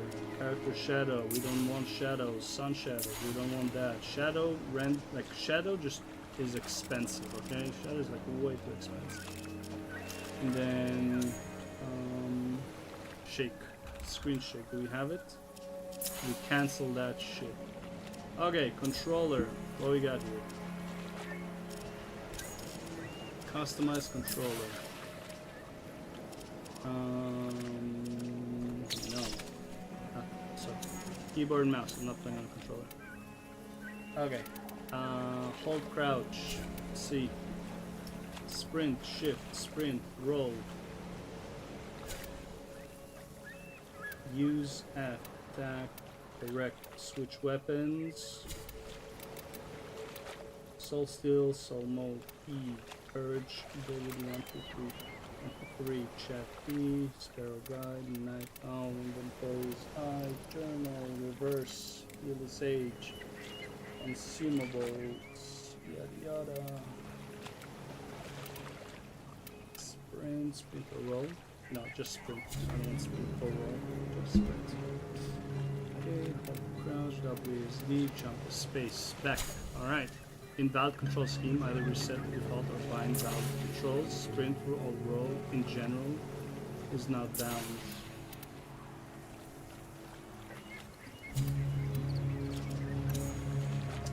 Confirm.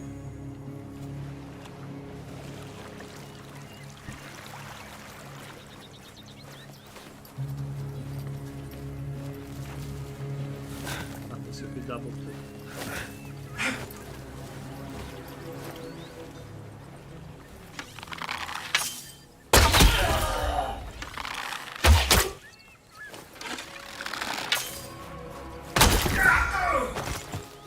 Not sure if I have to kill them, but why not? Probably did need to. Guiding spell. Oh, nice. We're gonna go there in a second, but I see a little hut over here. Let's see what this is.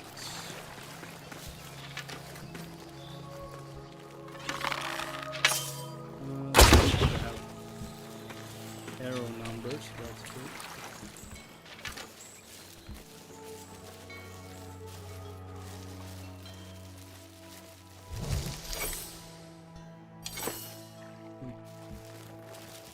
Let's follow the sparrows. Dodge roll is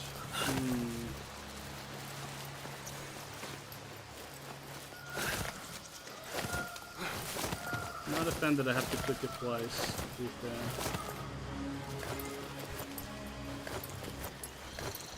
So you get like a little dodge and then dodge roll is double click.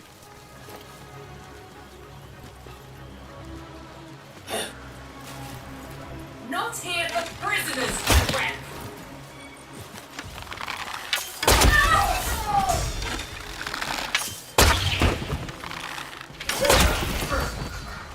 Arts.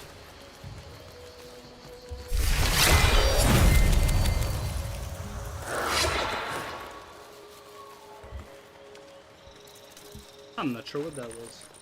How do you use potion? Oh, age, right? Yep. Okay. Should probably change that.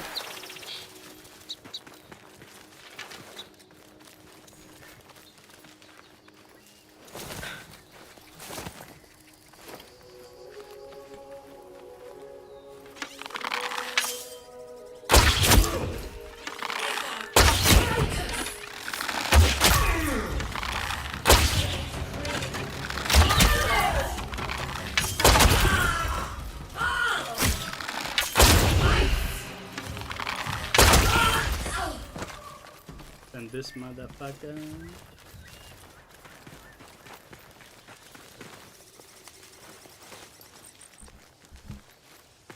No stamina, it looks like, so I can just sprint. Can I fucking hide this, please? I don't wanna have a Q&A maybe.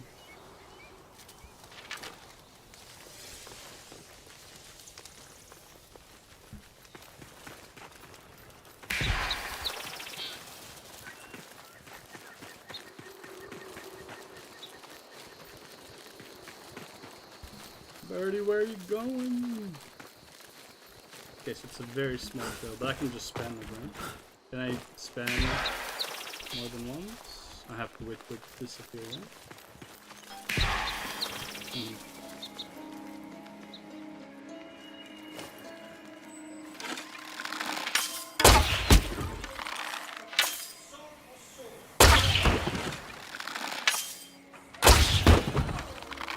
I'm really good at this, trust me.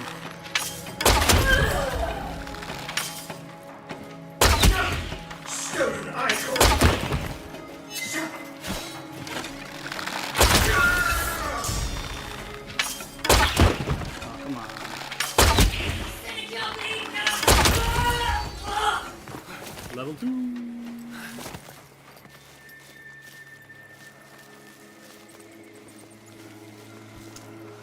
No, why? Dude, how do I fucking hide this, man?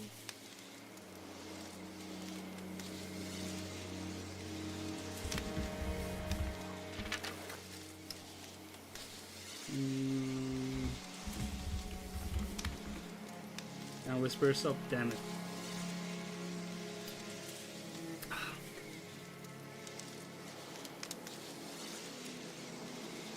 This doesn't help me. Nope. Can't put it up there. Can I maybe? No. Oh man. See, now this is a critique. I'm gonna write this down, okay? I'm gonna write this down real quick. Critique. The chat is interfering with the view. Should be possible to hide chat completely. Both Q&A and recruiting blocks the view. Whatever. Like even if I do all the way back, right? Like it doesn't matter. I can't just hide it. I have to put like over here. It's fucking annoying. Okay. It is what it is. What are you gonna do, man? What are you gonna do? Okay. Which one is it missing? I can barely see it, but that's fine. Pretty sure that's what he wants me to do.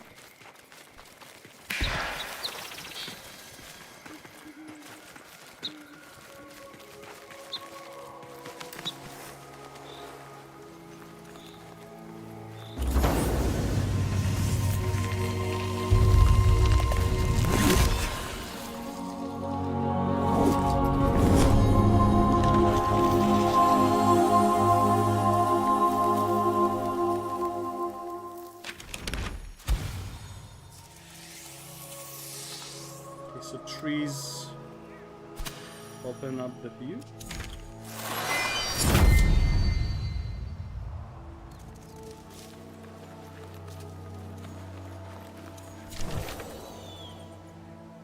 Well met, an ancient tree, free of break and reply, where kindness and honor be never denied. No bashing or trashing, keep real world out.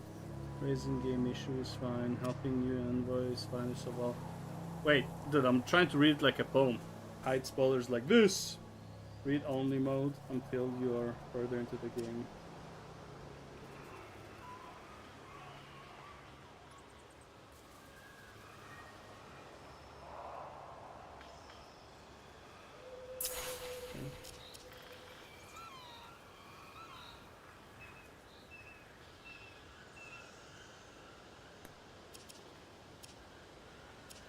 Interesting.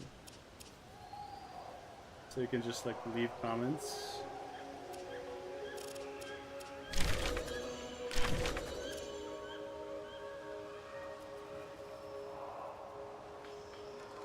I'll leave your replies. Whatever. So this is similar to the Elden Ring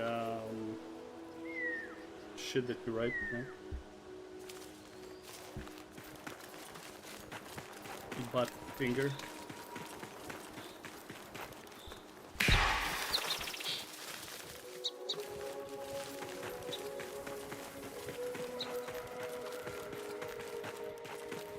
Question is like, why am I killing these guys? Do they ever drop anything, or am I just like?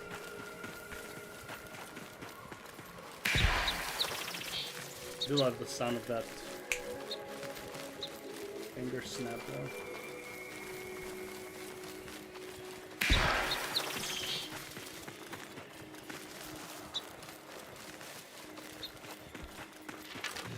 Histories gone. Ashes in the sky. It is hopeless, little one. Hopeless.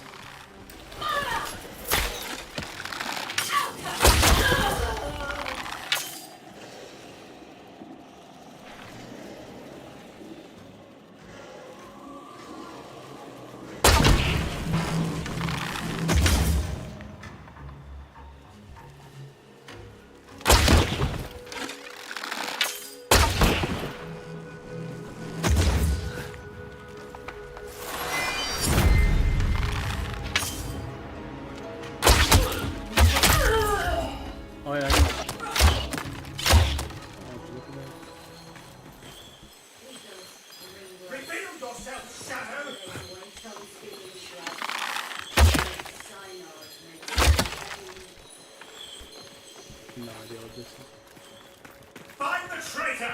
I'll crash!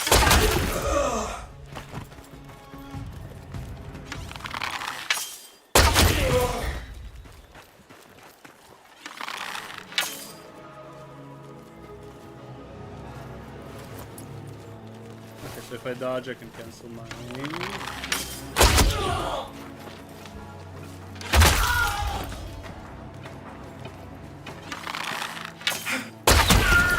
The Valadir goddesses, Unja's precious points. What soulless thing says a word to torch? My biggest fears with this game is that it's too easy. I'm not gonna lie. Like, so far. And again, I'm not saying it should be hard right now, but like, I feel like it's too easy. Yeah, it's because you chose the bow. It's like, okay, yeah, so? Limit my arrows and give me a melee weapon when I don't have arrows, you know? Like, I don't know. I also like this, all of this is cool and all, but like, why?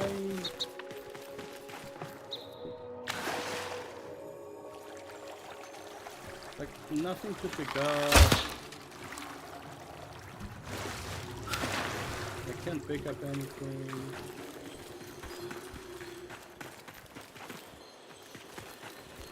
Can't pick up the flowers. Like, there's just no drops kind of thing. It's like, I'm kind of wondering why I'm killing stuff. That makes sense? Like, oh, cool, a huge ass freaking tower.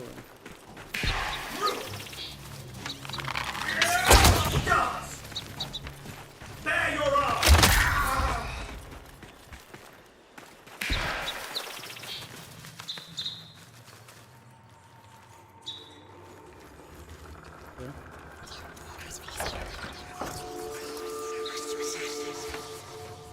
the Mothers Divine, an envoy. The old have burned the great Pensieve's archive. Now words live on in smoke. Perhaps you and I might do something about it. What do you say?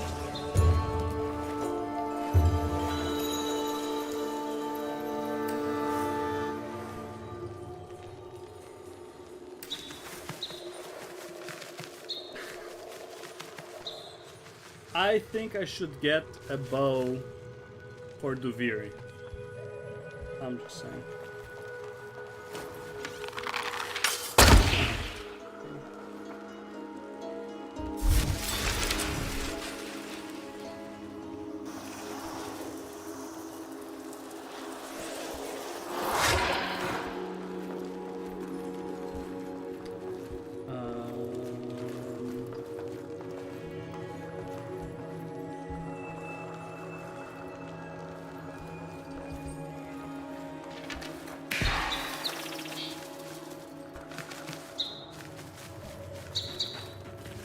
Okay then. No idea what that was for either.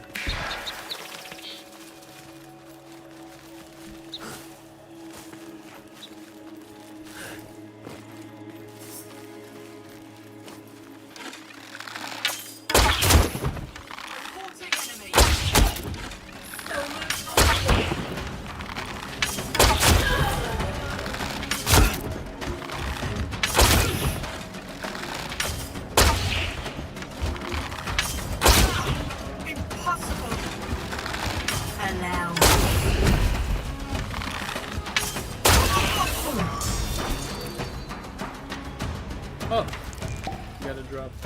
Let's go. I can't even see what the fuck because of this stupid ass chat, man. Yeah, this chat needs to fucking go. Yeah, I missed all the drops because I couldn't see them.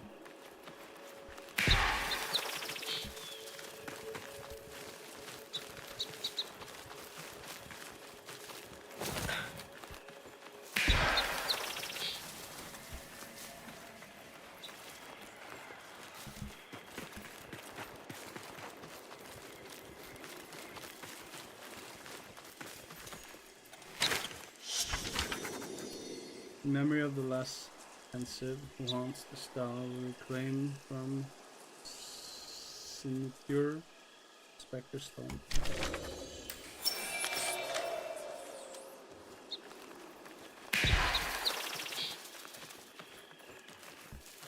Assume we go back to the tower now and give him the quill, no? That'll be my guess. I also wonder if monsters respawn here. Doesn't look like it, but never know.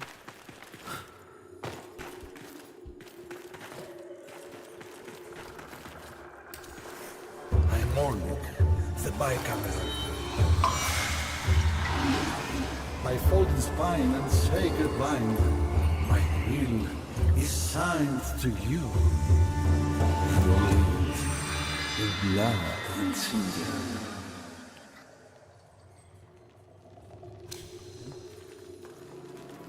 Ancestors best from life. So that's who it was, my ancestor. He called me an envoy, not grandson.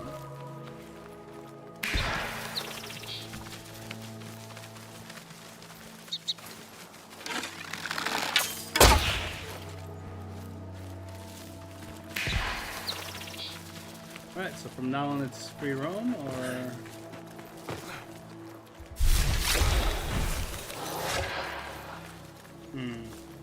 Oh, so I can use that to sneak, I guess. Is that what it is?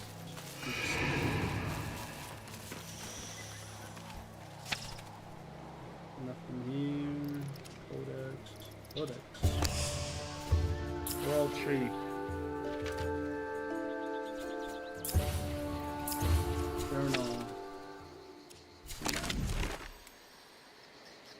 This is the tower. Okay, so do I just explore now?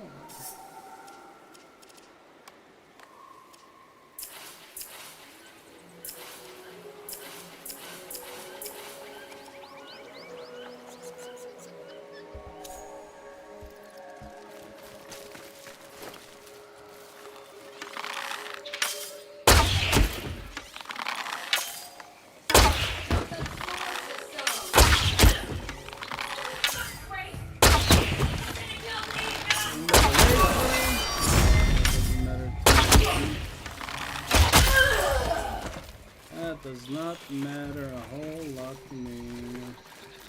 Did I drop something? No.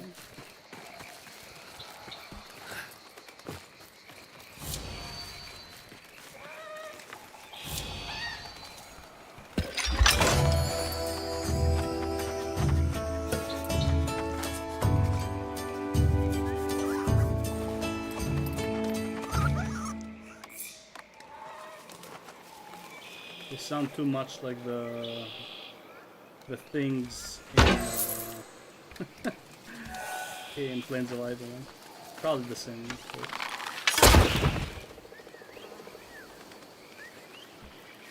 Let's keep going.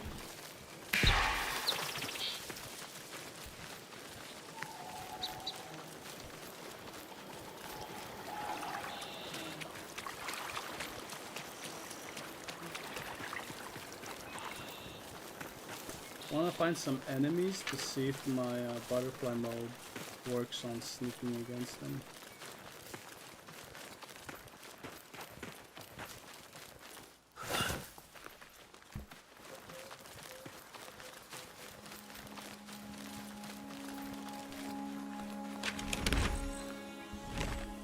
Okay, that's where the tree is.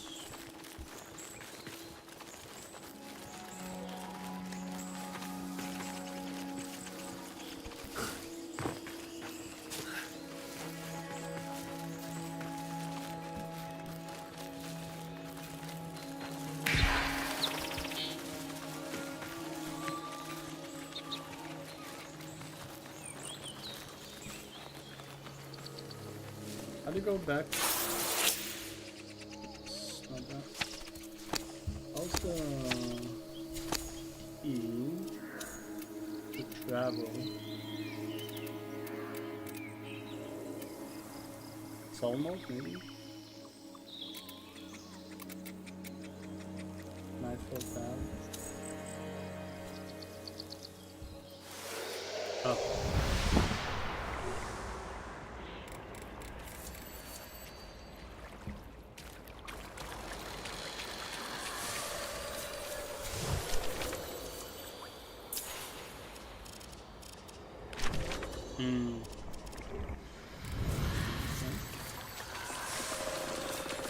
Cool concept.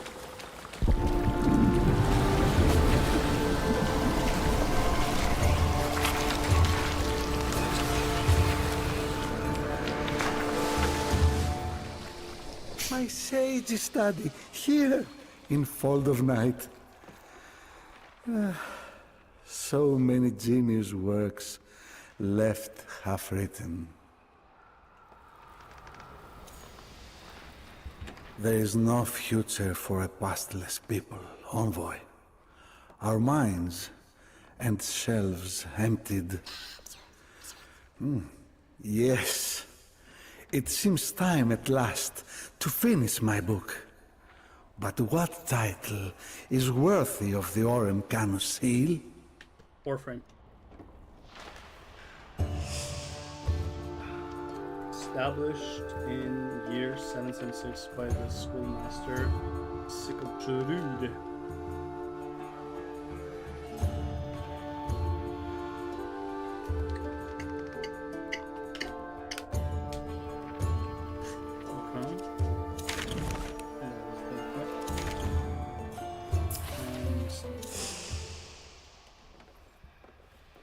So what do I... Greetings and greetings.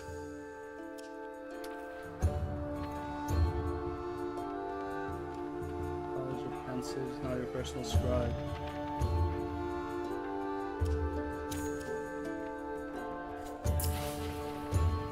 Replay Fable.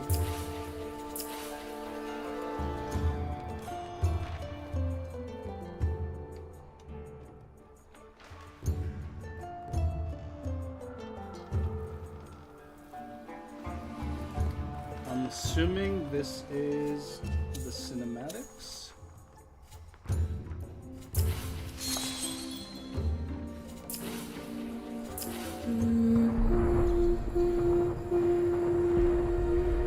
Remember little Minnow? Well, I remember her face. Can I get out of here?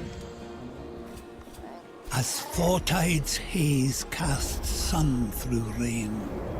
So fresh was she, and of her mien.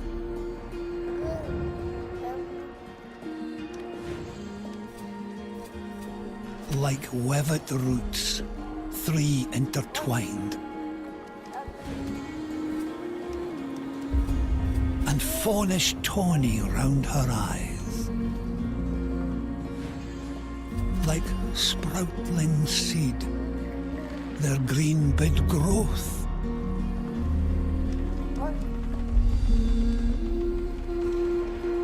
Last love she saw was you. Let me skip this. I know.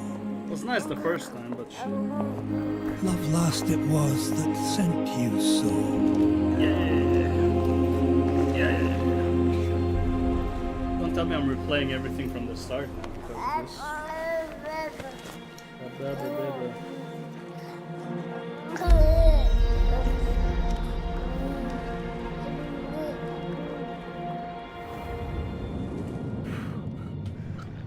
Okay, good. And I'm naked. And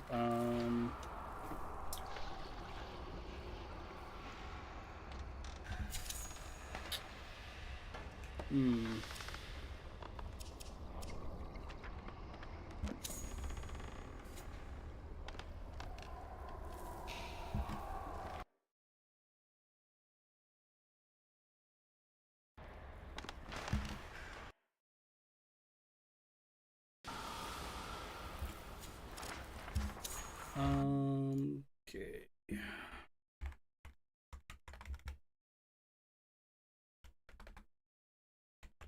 Bug. After rewatching the opening cinematic with the scribe, I found myself with a bow piercing my heart and torso.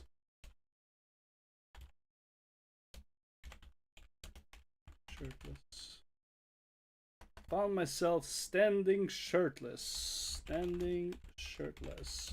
A bow piercing my heart and torso.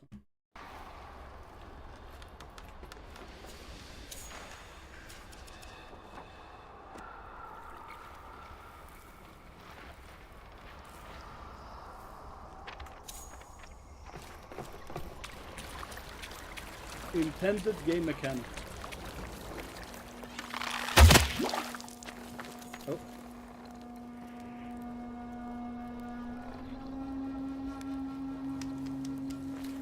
Well, at least I know I can shoot in here, but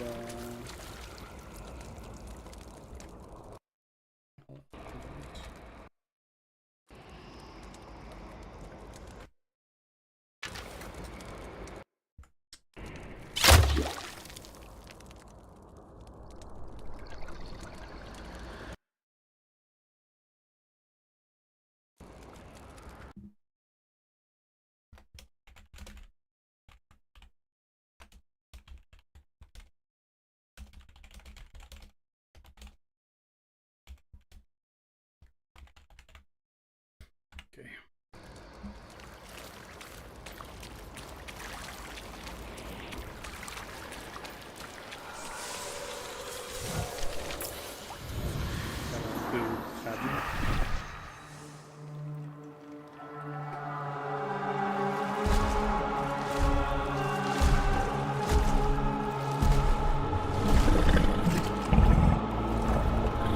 By Odin Rain, this beast we claim.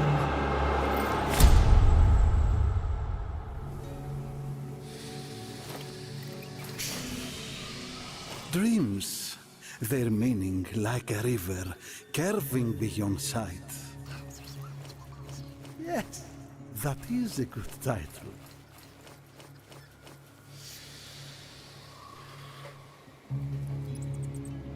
Okay.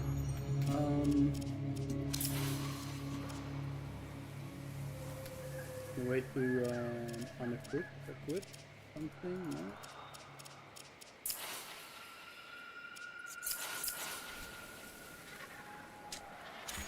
Don't look like it. Well, guess we're playing like this then.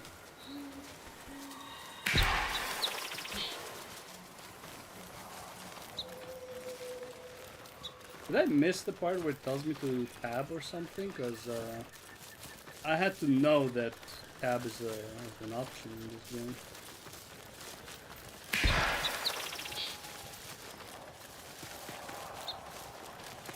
Going back to the tower.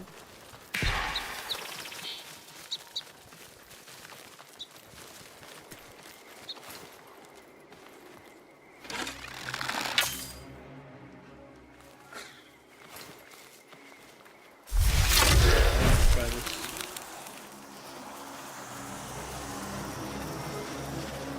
Oh.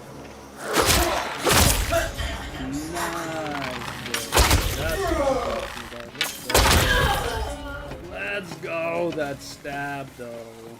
That's right.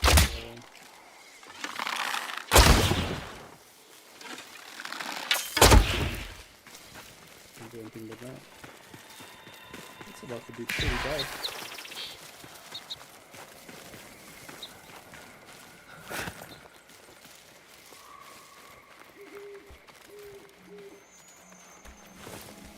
Can't slide, can't bullet jump, bro. What is this? What is this? Where's my bullet jumping going?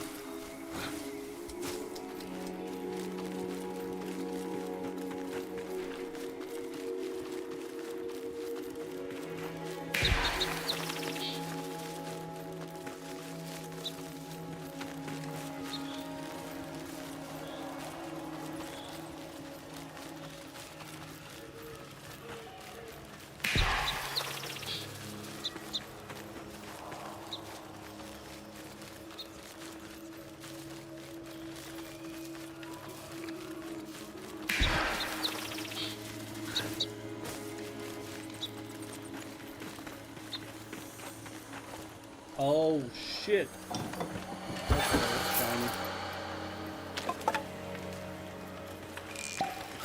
Elixir to whisper.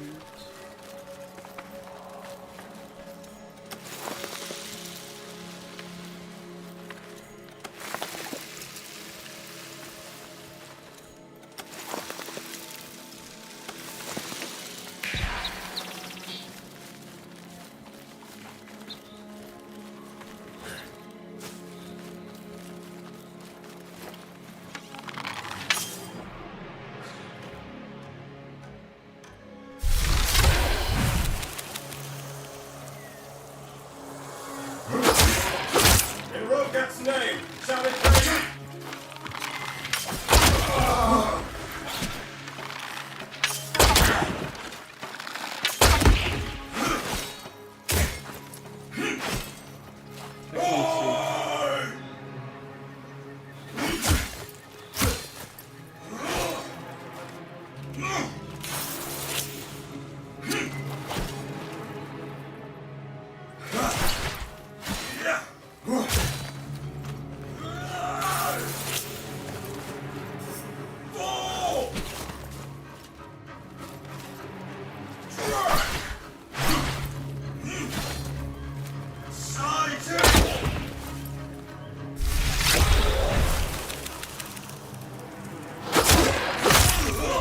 Do that. Alright. Interesting.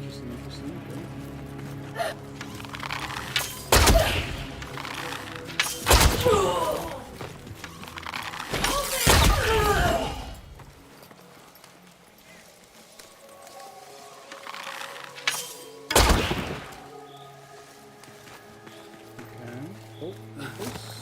What is this?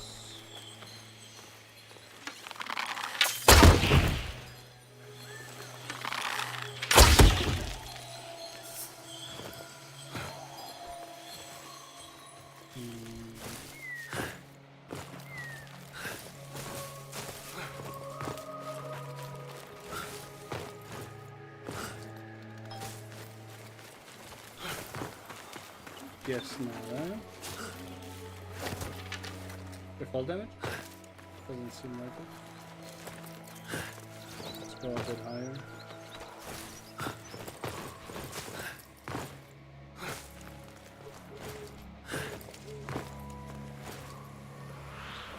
There is fall damage, okay.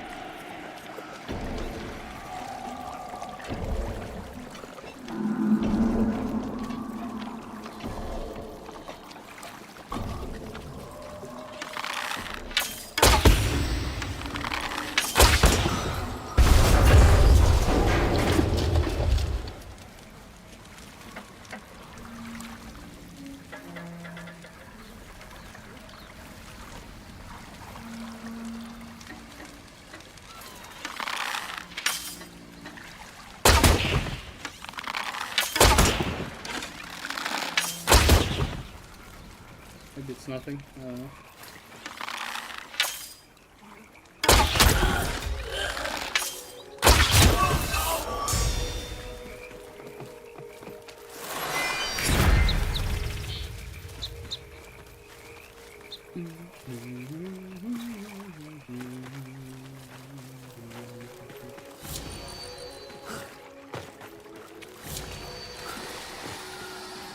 Sinecure, mercenaries of the sign not above. If there exists a soulless creature, one need only look skyward. No refuge outside on sky. Reach for the soil.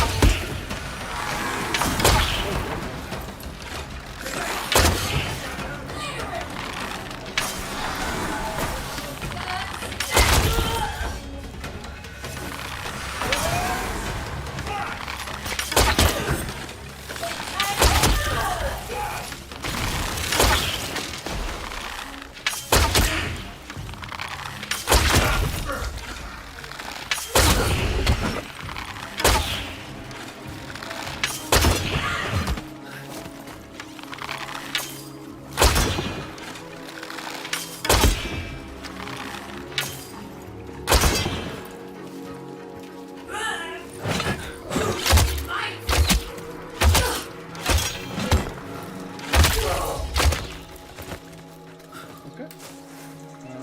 Something in the water, no? Okay.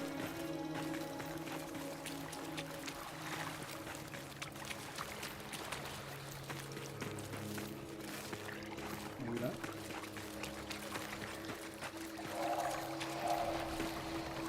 Guess not.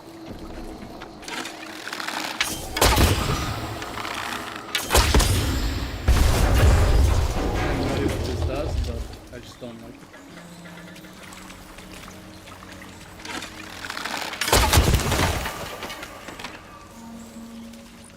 Hey, give me a hand, would you?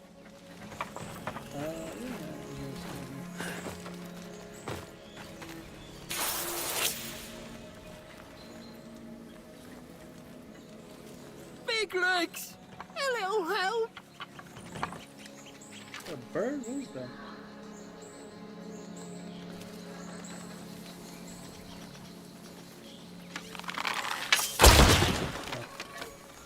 It's it. Ah, this By Sans yours. We waited to get that out for days.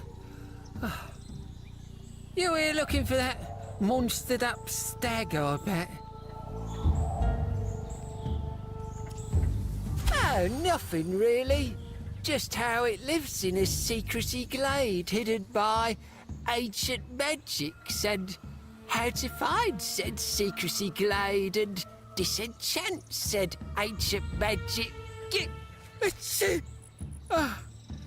Few drakes and I'm an open scroll.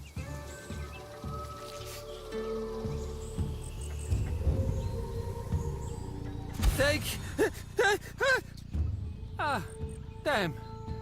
I thought that was gonna be a good one, that was. Ah. Your problem is from the ground. The glade's all puckered up. You need the right totem to tickle it open. Lucky for you, I've got one stashed down in Durmac. Simple as you going down there and fetching it. Need these sludge spewers to get gone. Can't get a breath in edgewise.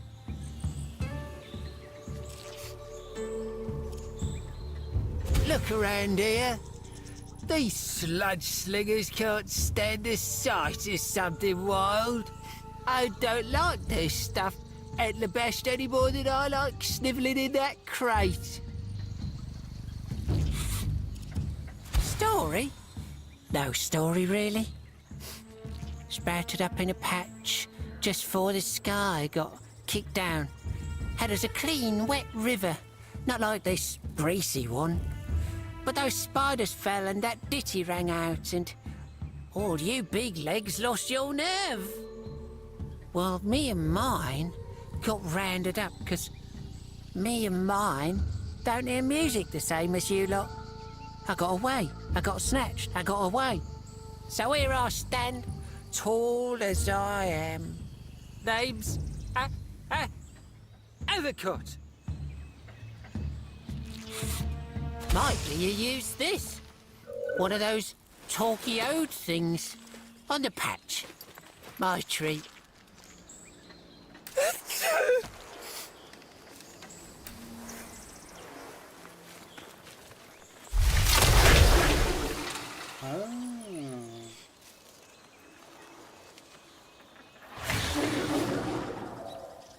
Okay, so there's cooldowns, okay.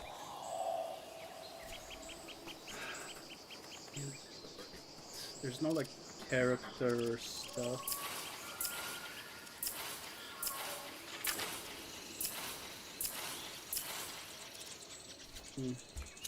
Like stats or something like that. Maybe I unlock it later, I don't know. We need to start up so.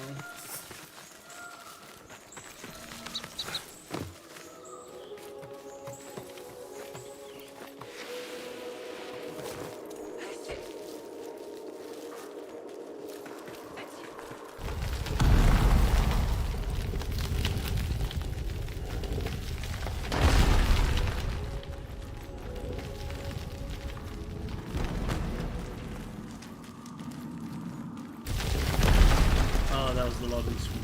Okay. So this is like a dungeon type thing now?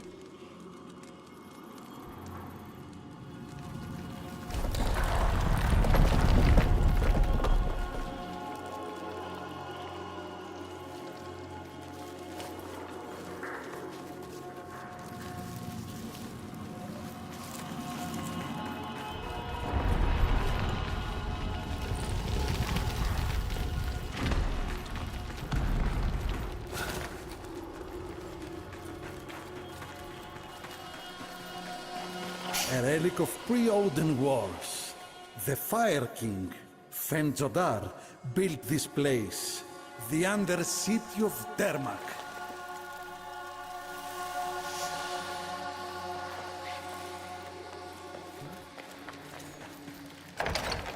The old traps, sharp as ever.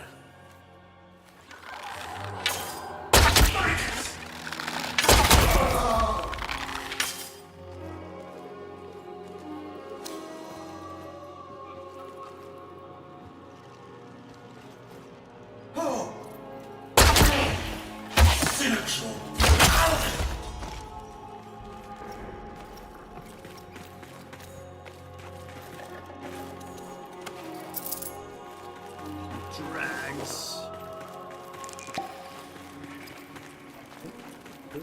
Elixir.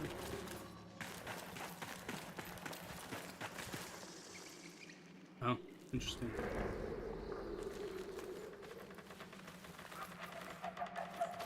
Even my underwear are going through my my pants. Go figure.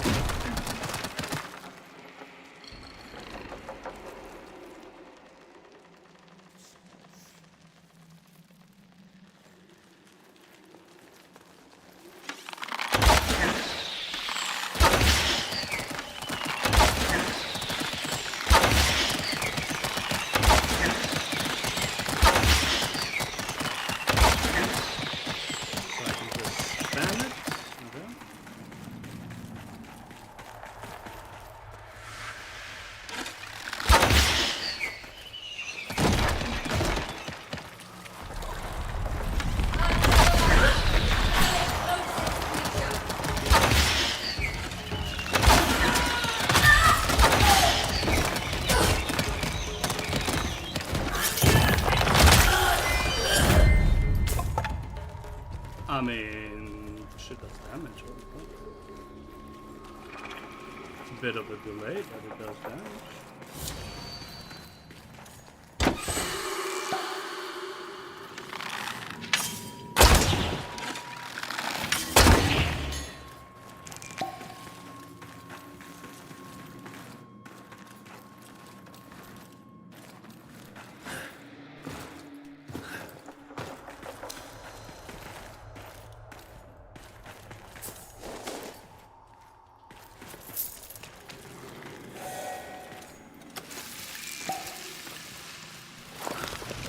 Synod's collector is dispatched. Scour every yard of that tomb and prepare for him a tribute. These histories must burn, or more ghouls will come.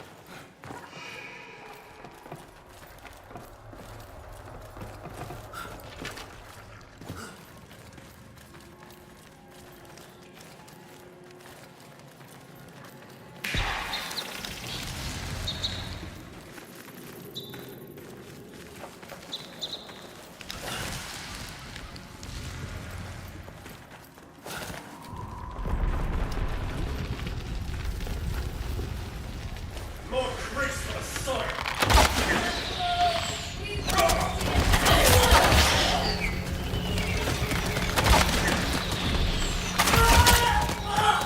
That's kind of busted, I must say though.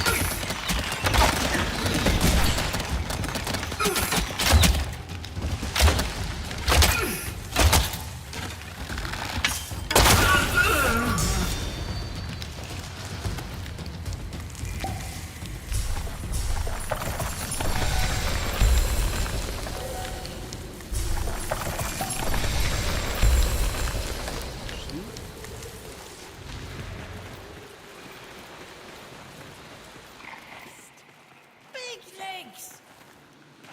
Oi! Leggy! Achoo! Sun's ass.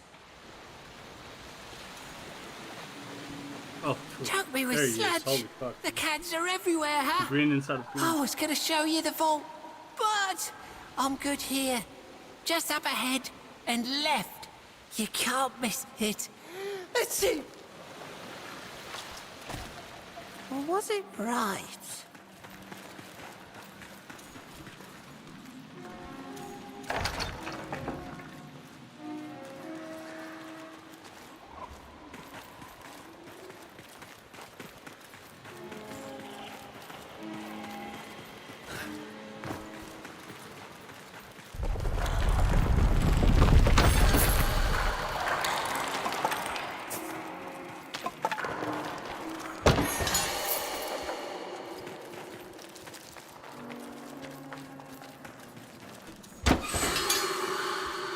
I guess he was right.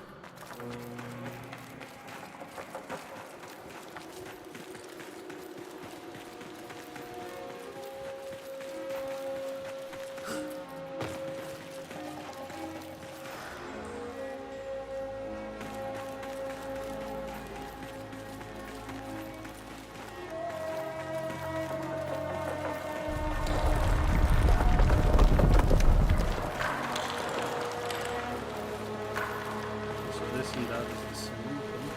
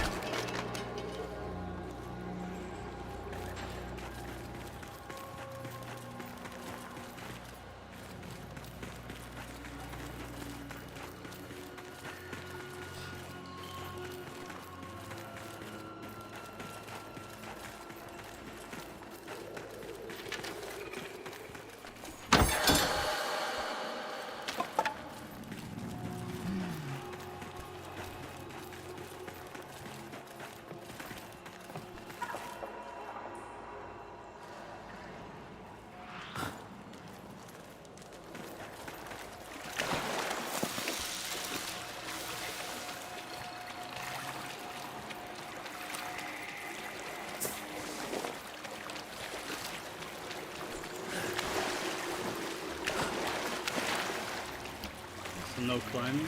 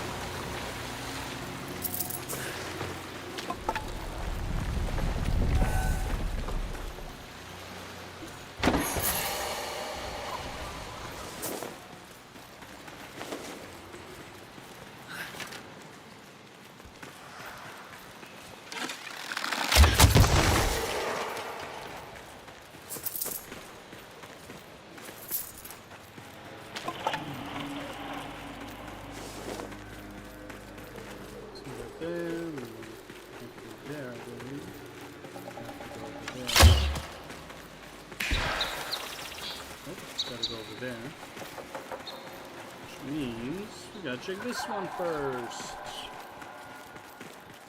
Or is this where I came from?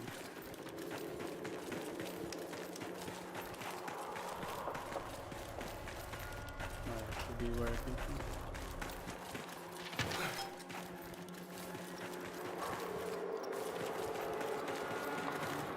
No?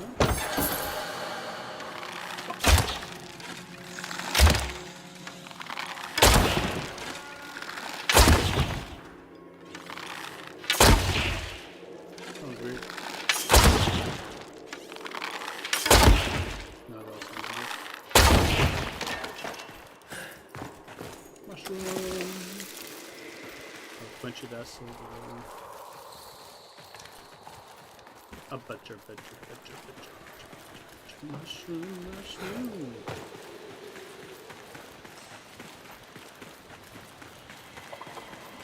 A mushroom.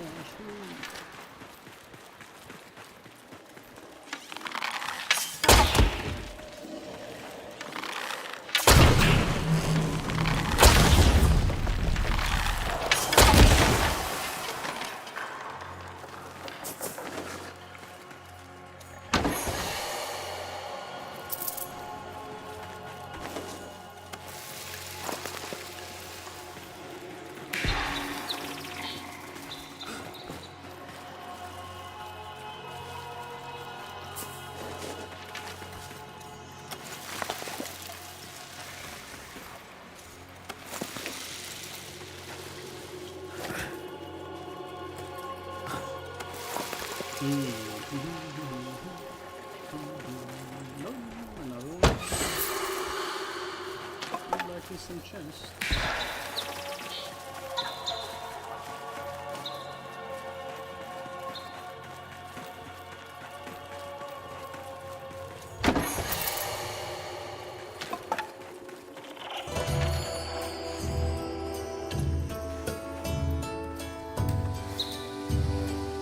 Good.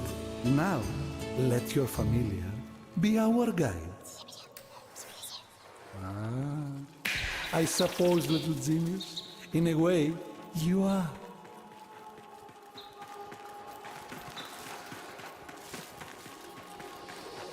Do you feel that, envoy? The air falls heavy here. A disruption in the lake. Old Jotar wanders near.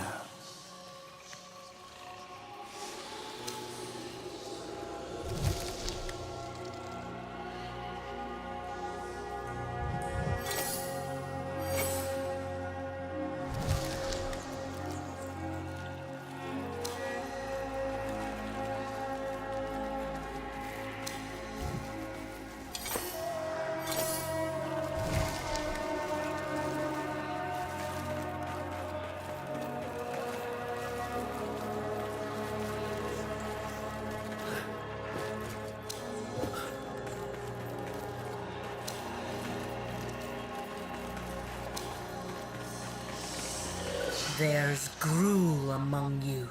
Synod will have me sky-wheeled if his tribute is lightened. Find the gruel and send them back to the fires of Kar.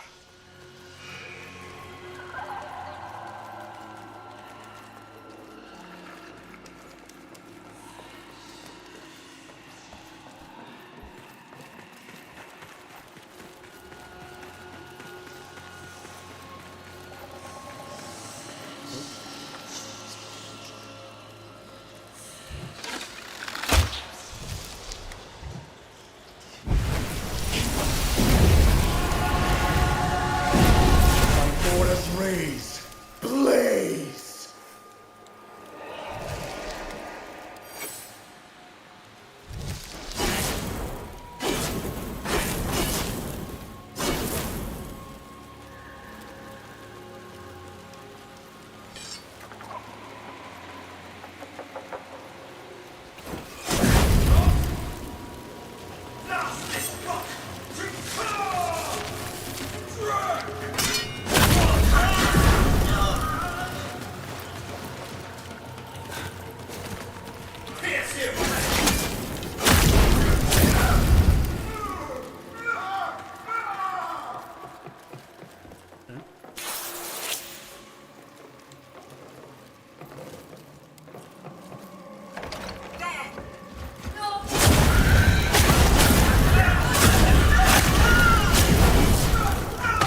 Crushed and cratered. Burn, invader!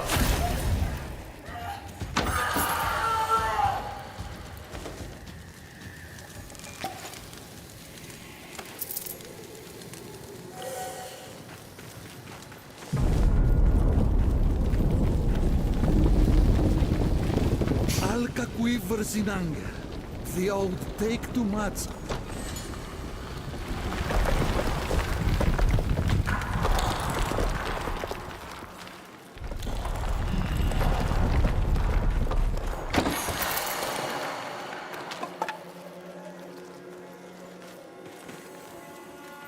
Almost didn't see that. Fragment this one. To feel the flames of more true, her arms entwined in sapphire blue.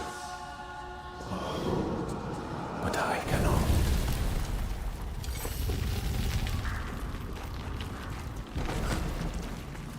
Is that it?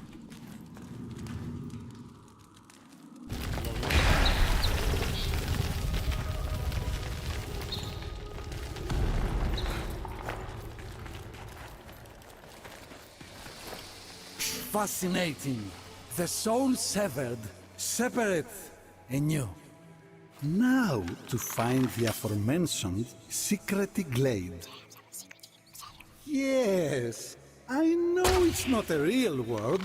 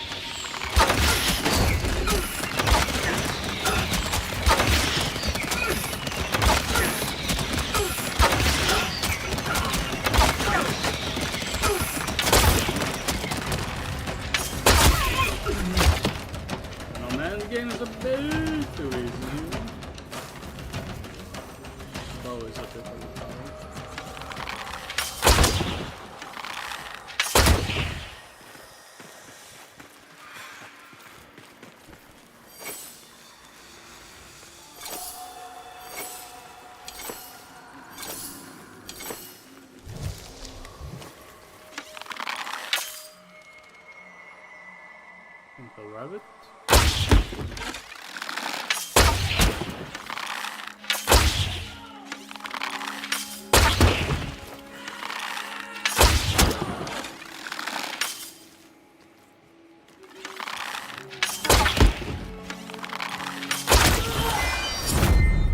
Good dodging, brother. Good dodging.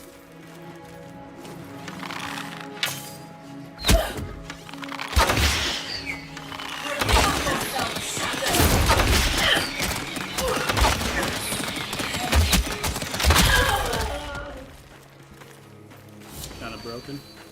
Just behind and broken.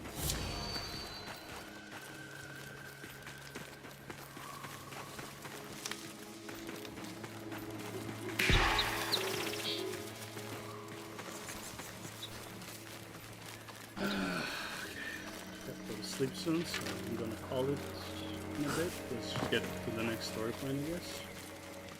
I was hoping to fight a boss by now, but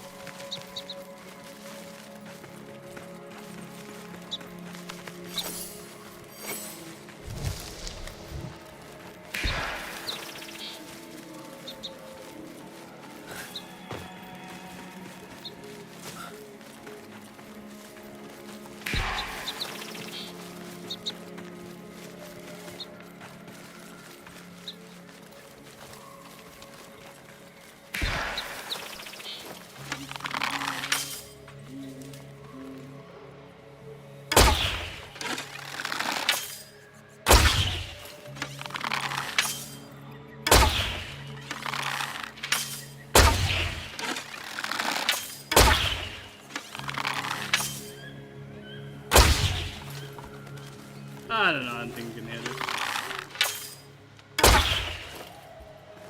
Or maybe I just can't.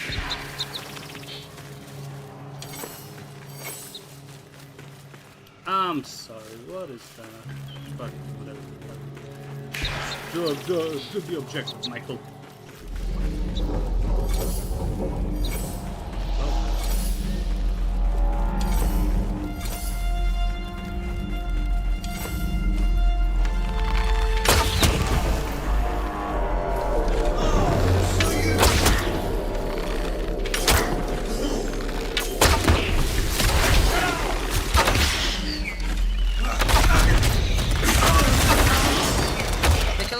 Landed. Make your preparations. Ow.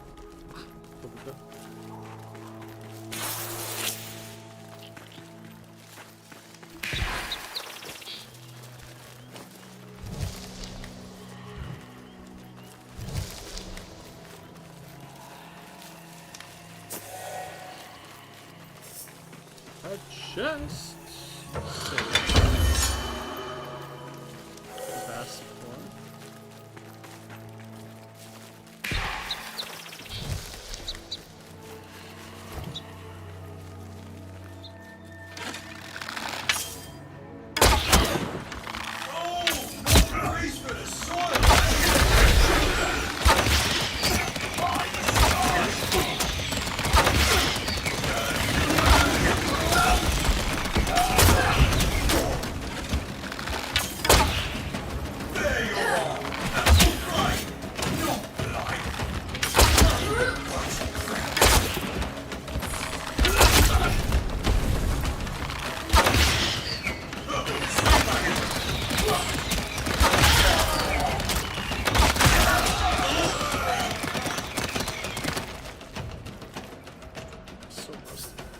That is so busted.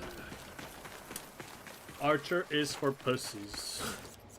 As an archer player. Always has been. You know how it is?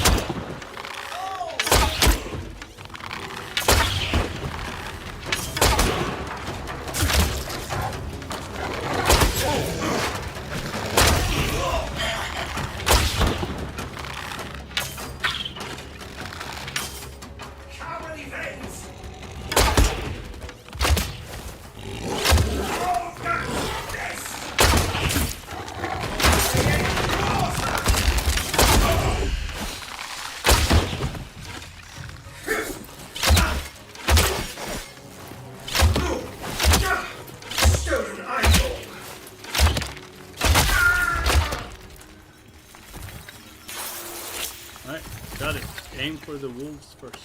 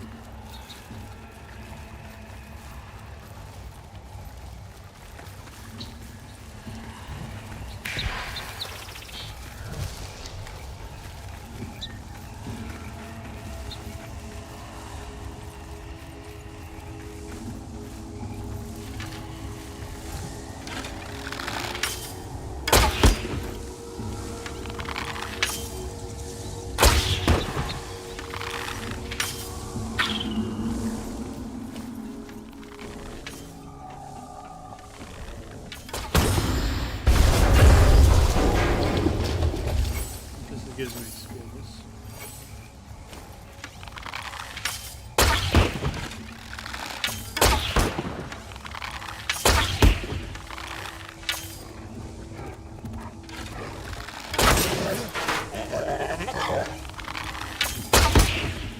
So I can't hit it after the fact. Okay, we do not hurt animals in this game.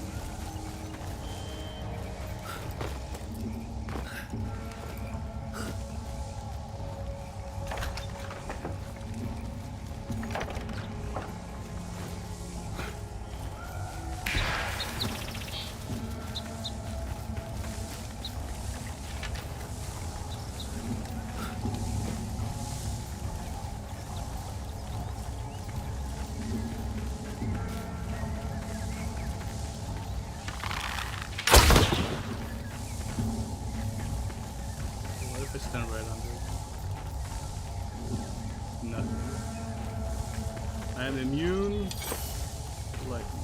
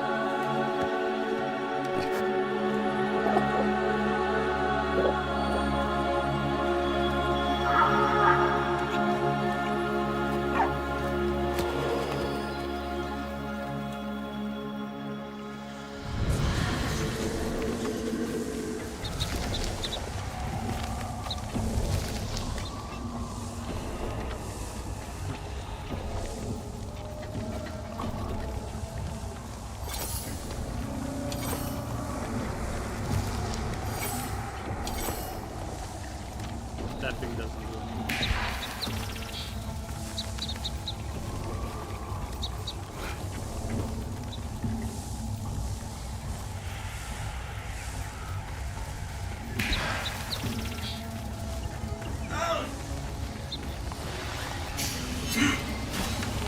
The totem reveals. Here, envoy. Here.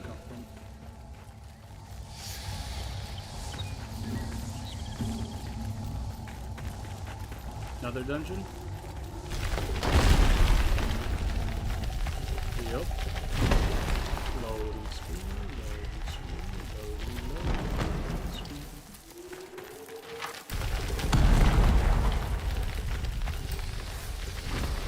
The fabled glades of Underin. But where are the voicing trees? The shimmering pictrix?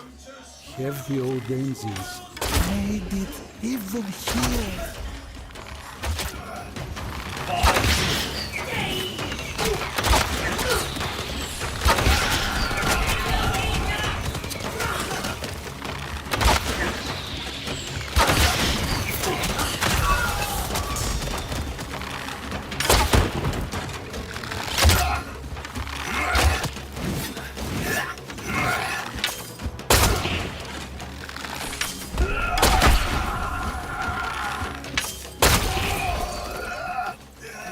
Plus damage.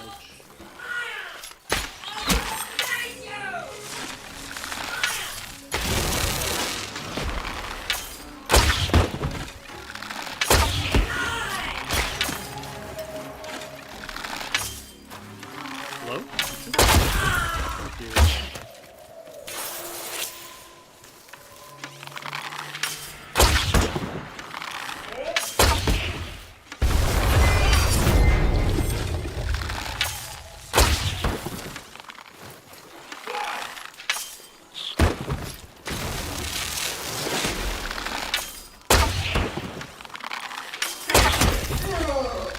I'm really good at bow. I must say, I am really good at this.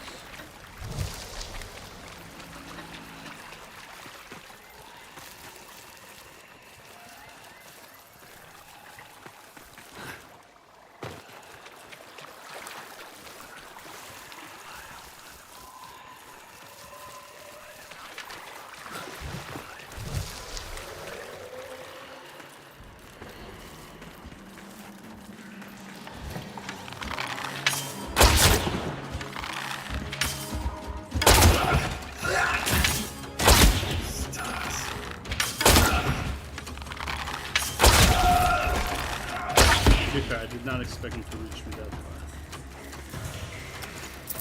Hey, you gotta help.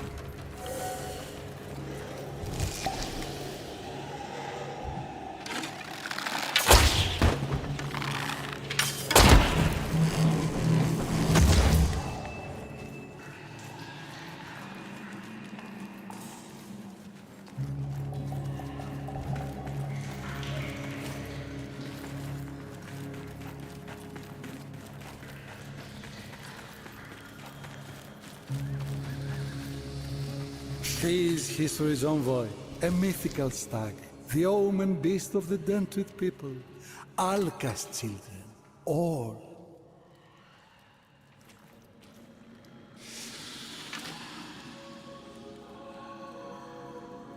Left, right, left. Is that what it is? Nope. Some way of aligning the symbolic herd? See you any magics that might offer a clue? Huh?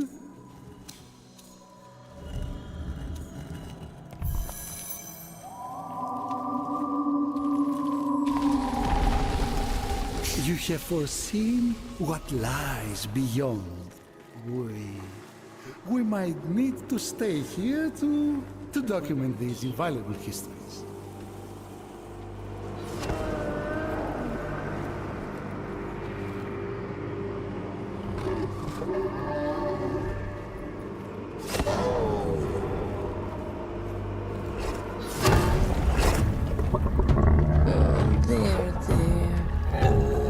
You're soon to be one of us. Just as you were, traitor.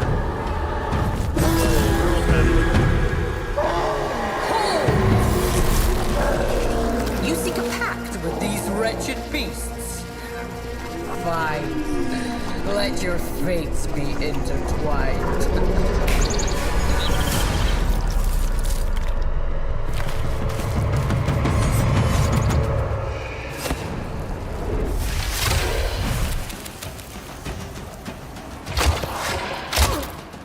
You defy us! Yet no child sleeps cold but for the old.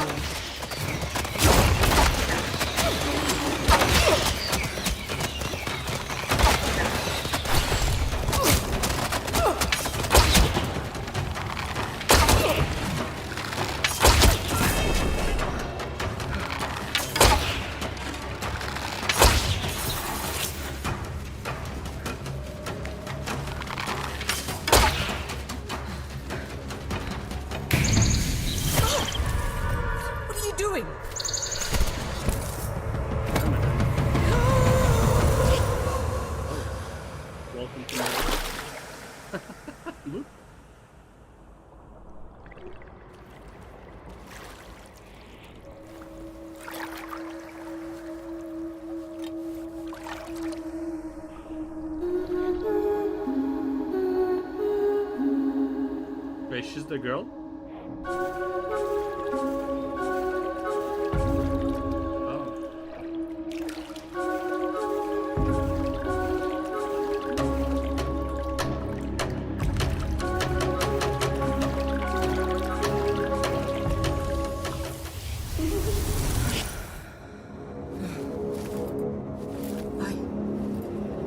I know this.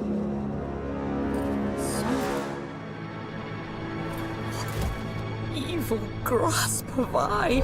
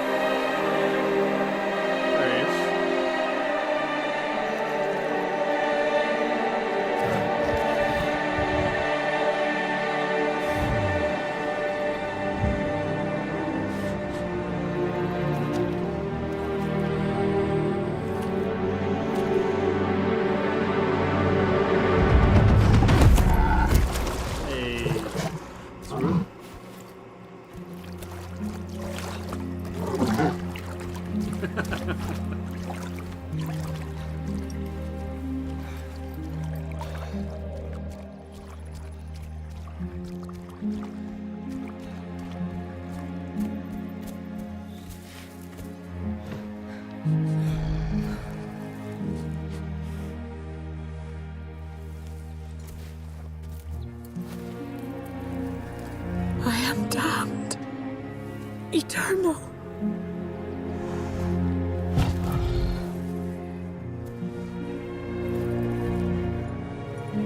Karen.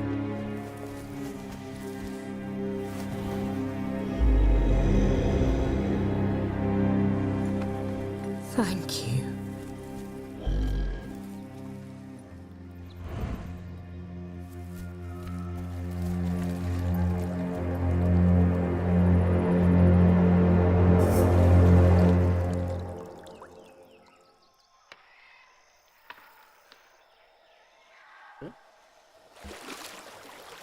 Let's start with my underwear out of my pants and my bow in my chest. You. Oh. I do not know you.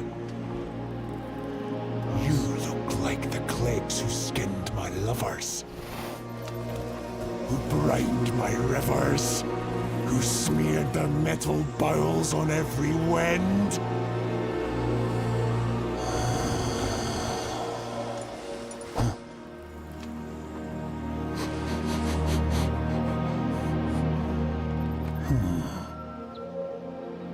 Yet you bear the ancient scent of kin. Can it be you are an envoy the Empress spoke of? Yes? Yes. I am Garen Root, stag of the Anduin Glades, omen ward of the Dendrid herds. Envoy, I offer you the grace of my crown.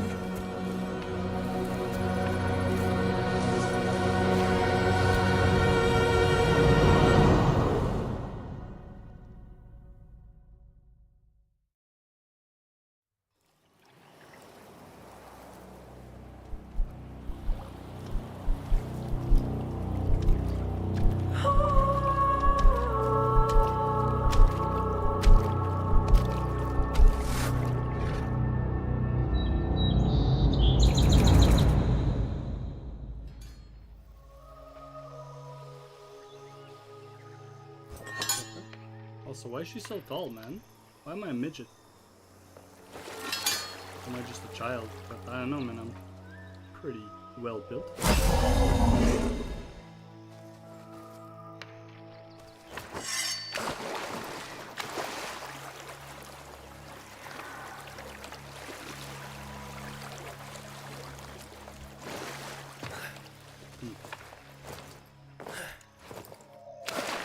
Can almost stand there, like, on her chest.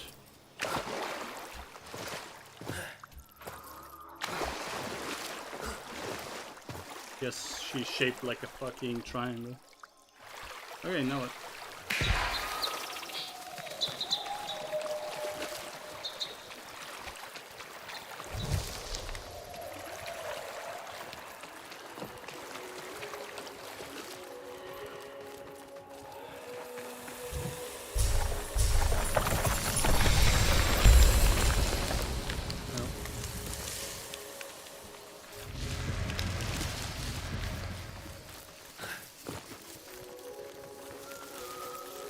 I'm just curious to see what,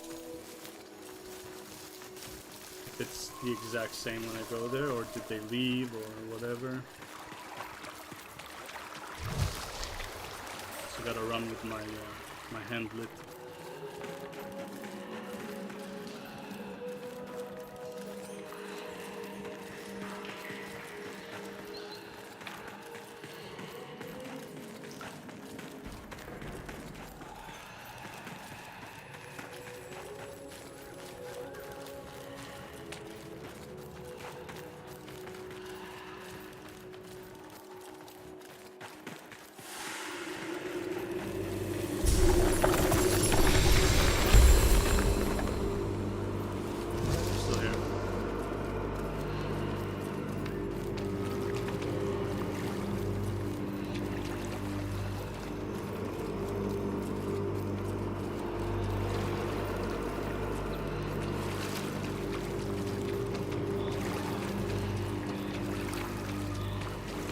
Like there was nothing after all.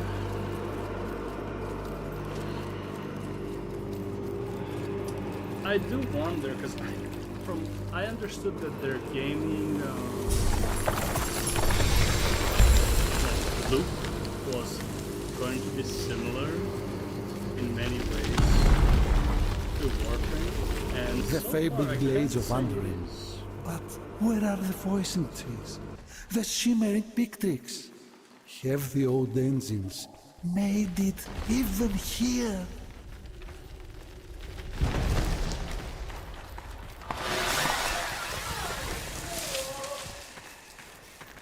Like the dungeons, sure, we can view the dungeons as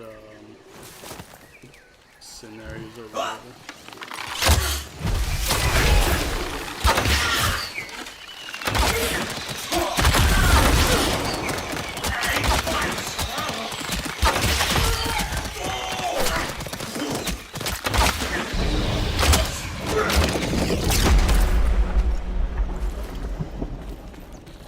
Just fucking blow up, you piece of shit.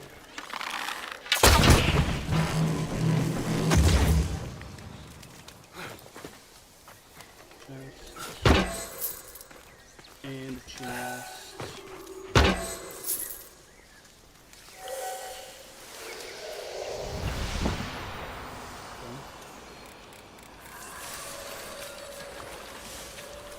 So this would be my hub from now on, kind of thing. How do I get back my manifest?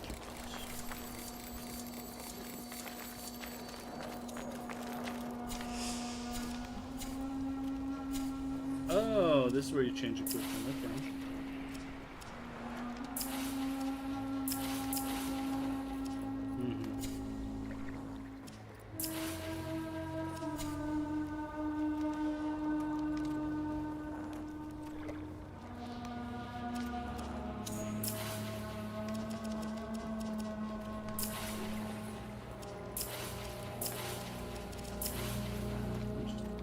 Okay, so you can later on... Okay, so... I get it. Okay, so like these are the frames. Like if we look at it from the perspective, these would be the frames, right? Child of the shadow, thread glows, clearing dark, back under the blue sun, gains grace. Use your glamour to sneak up on enemies and steal loot from their pockets. Oh shit, you are one with the whole. Getting powers recharge more quickly. Fuck yes, dude. Let's go. Definitely one. Please. Rooted, grounded by pack, your defense against staggers heightened. When you fall, your sparrow soul has more time to return to your body. Sure. Blue sun, gain graces. Not sure what that means. Attack on the green moon, gain spirit. Gain graces, gain spirit. Red sun, gain courage. Our unity maximum life increased. Empty frames are weakened. Deal damage on smite. All souls be forgiven. Regain life and smite. What the fuck is smite?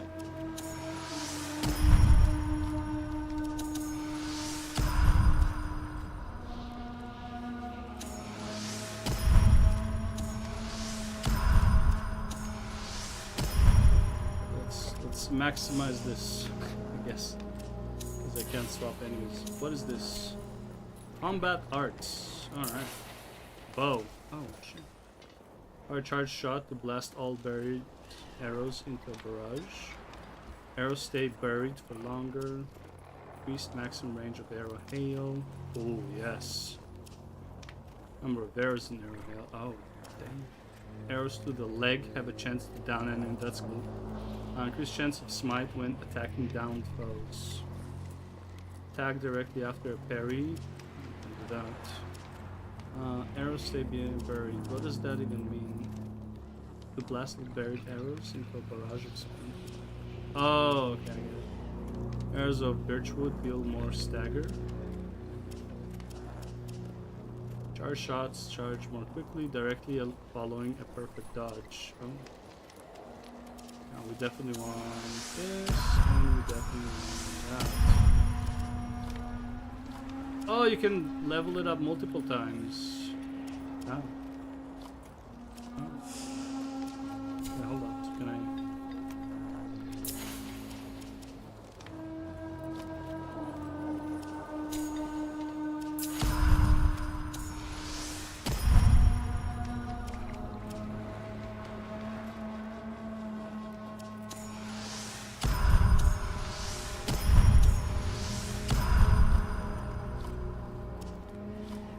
I can only upgrade once, okay. Looks like. Threats glow clearly in the dark.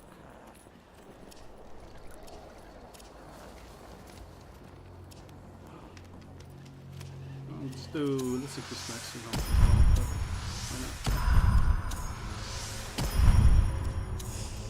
Okay, let's combat arts. I only have a bow right now, so that's what it is.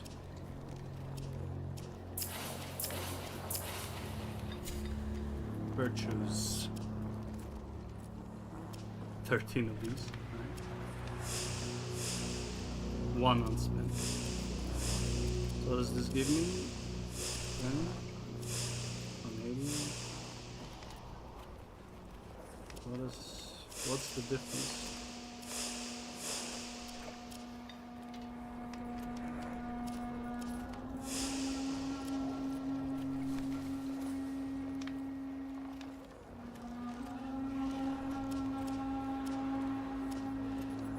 Cunning, agility, insight. Magic and strength. Okay, what else we got here? Weapon is. I don't have any option to it. Make it or rebuild. Okay. That is a totem. Helm. It's a really cool item management system. A bit confusing at first, but pretty cool nonetheless. And there's nothing there. I wonder if later on you can probably transmog that, like you can die and stuff, I'm assuming. I mean, Passion Frame for a reason, you know. This would be Passion Frame 2, I guess. But anyways, I'll cut it here for today. It has been. Game is pretty fun, but also really slow. I do not know if this what the goal here is. Does that make sense? Not even in story. I mean, like,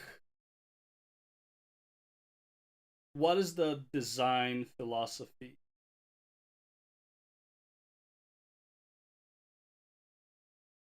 How much can you really play with the combat? Like, how limited is the combat? What is the purpose? Like, how is the end game going to look like? Is it going to be a dungeon crawler? It's going to be an open world exploration type thing with the dungeons that constantly change how they open up, like change how they appear and shit like that. I don't know what to expect. Usually you kind of like, you know, you go into Skyrim, you're like, oh, okay, I know what this is going to be. You go into Elden Ring, you're like, this is great, but I know what this is going to be. I am not sure what this is going to be. Like, realistically speaking, like, I don't know if this game is supposed to be challenging or not challenging. I don't know if it's supposed to be focused on the bosses. Is it just focused on like an artistic story? Because right now I don't understand anything about the story. I do not know what they are trying to do with this game. This is not a good thing or a bad thing. I just don't really know where we are going with this. If I could give like one critique, is that I'm just not sure what we're here for. Obviously, yeah, just play and enjoy the game, that's fine, obviously. But also, like, a game does need to hook you early on. The graphics and the art style are great. The story is very mysterious, like, it's not very clear, which can play to its strength, and in a sense could also be a weakness, because if the player cannot get attached, it's a problem. Obviously, I've only been using the bow, and it feels really, really OP. But I just, honestly, I don't know. The sword that I got, the fire sword, was also like really strong. If like the sword you start with is similar to that, I mean, it's probably not that hard, especially because you can block. If you can block, literally just stand and block and then like attack right after, I mean, melee combat shouldn't be that hard. Maybe with bosses it'll be different because you can't just block everything probably. But like right now, I don't know, the mechanics are pretty... So the problem is, okay, let's just go to the board. The problem I'm having here is the dodge is kinda meh. It is responsive, don't get me wrong. But how soon can I attack after is not really matter. And this is not really a critique, like I'm okay with this style depending on the combat.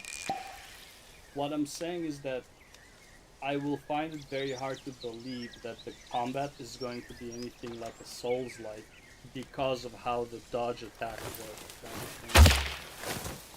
Like, look how like the slowness of the roll. You know what I mean?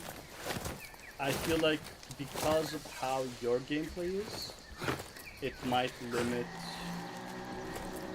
the the mechanics the enemies could have. Like, let's be real right now. If an enemy is going to like straight up like keep charging into, let's say like a wolf is just like constantly sprinting at you, right? It would be pretty hard to deal with if it's just one. Imagine 5 of them. How, like, I'm dead. even if they were level 1, I'll probably die. I won't be able to like hit them as fast enough. They will get the jump on me, or I would just be doing this the whole time, like just trying to like get away and maybe sometimes having a hit.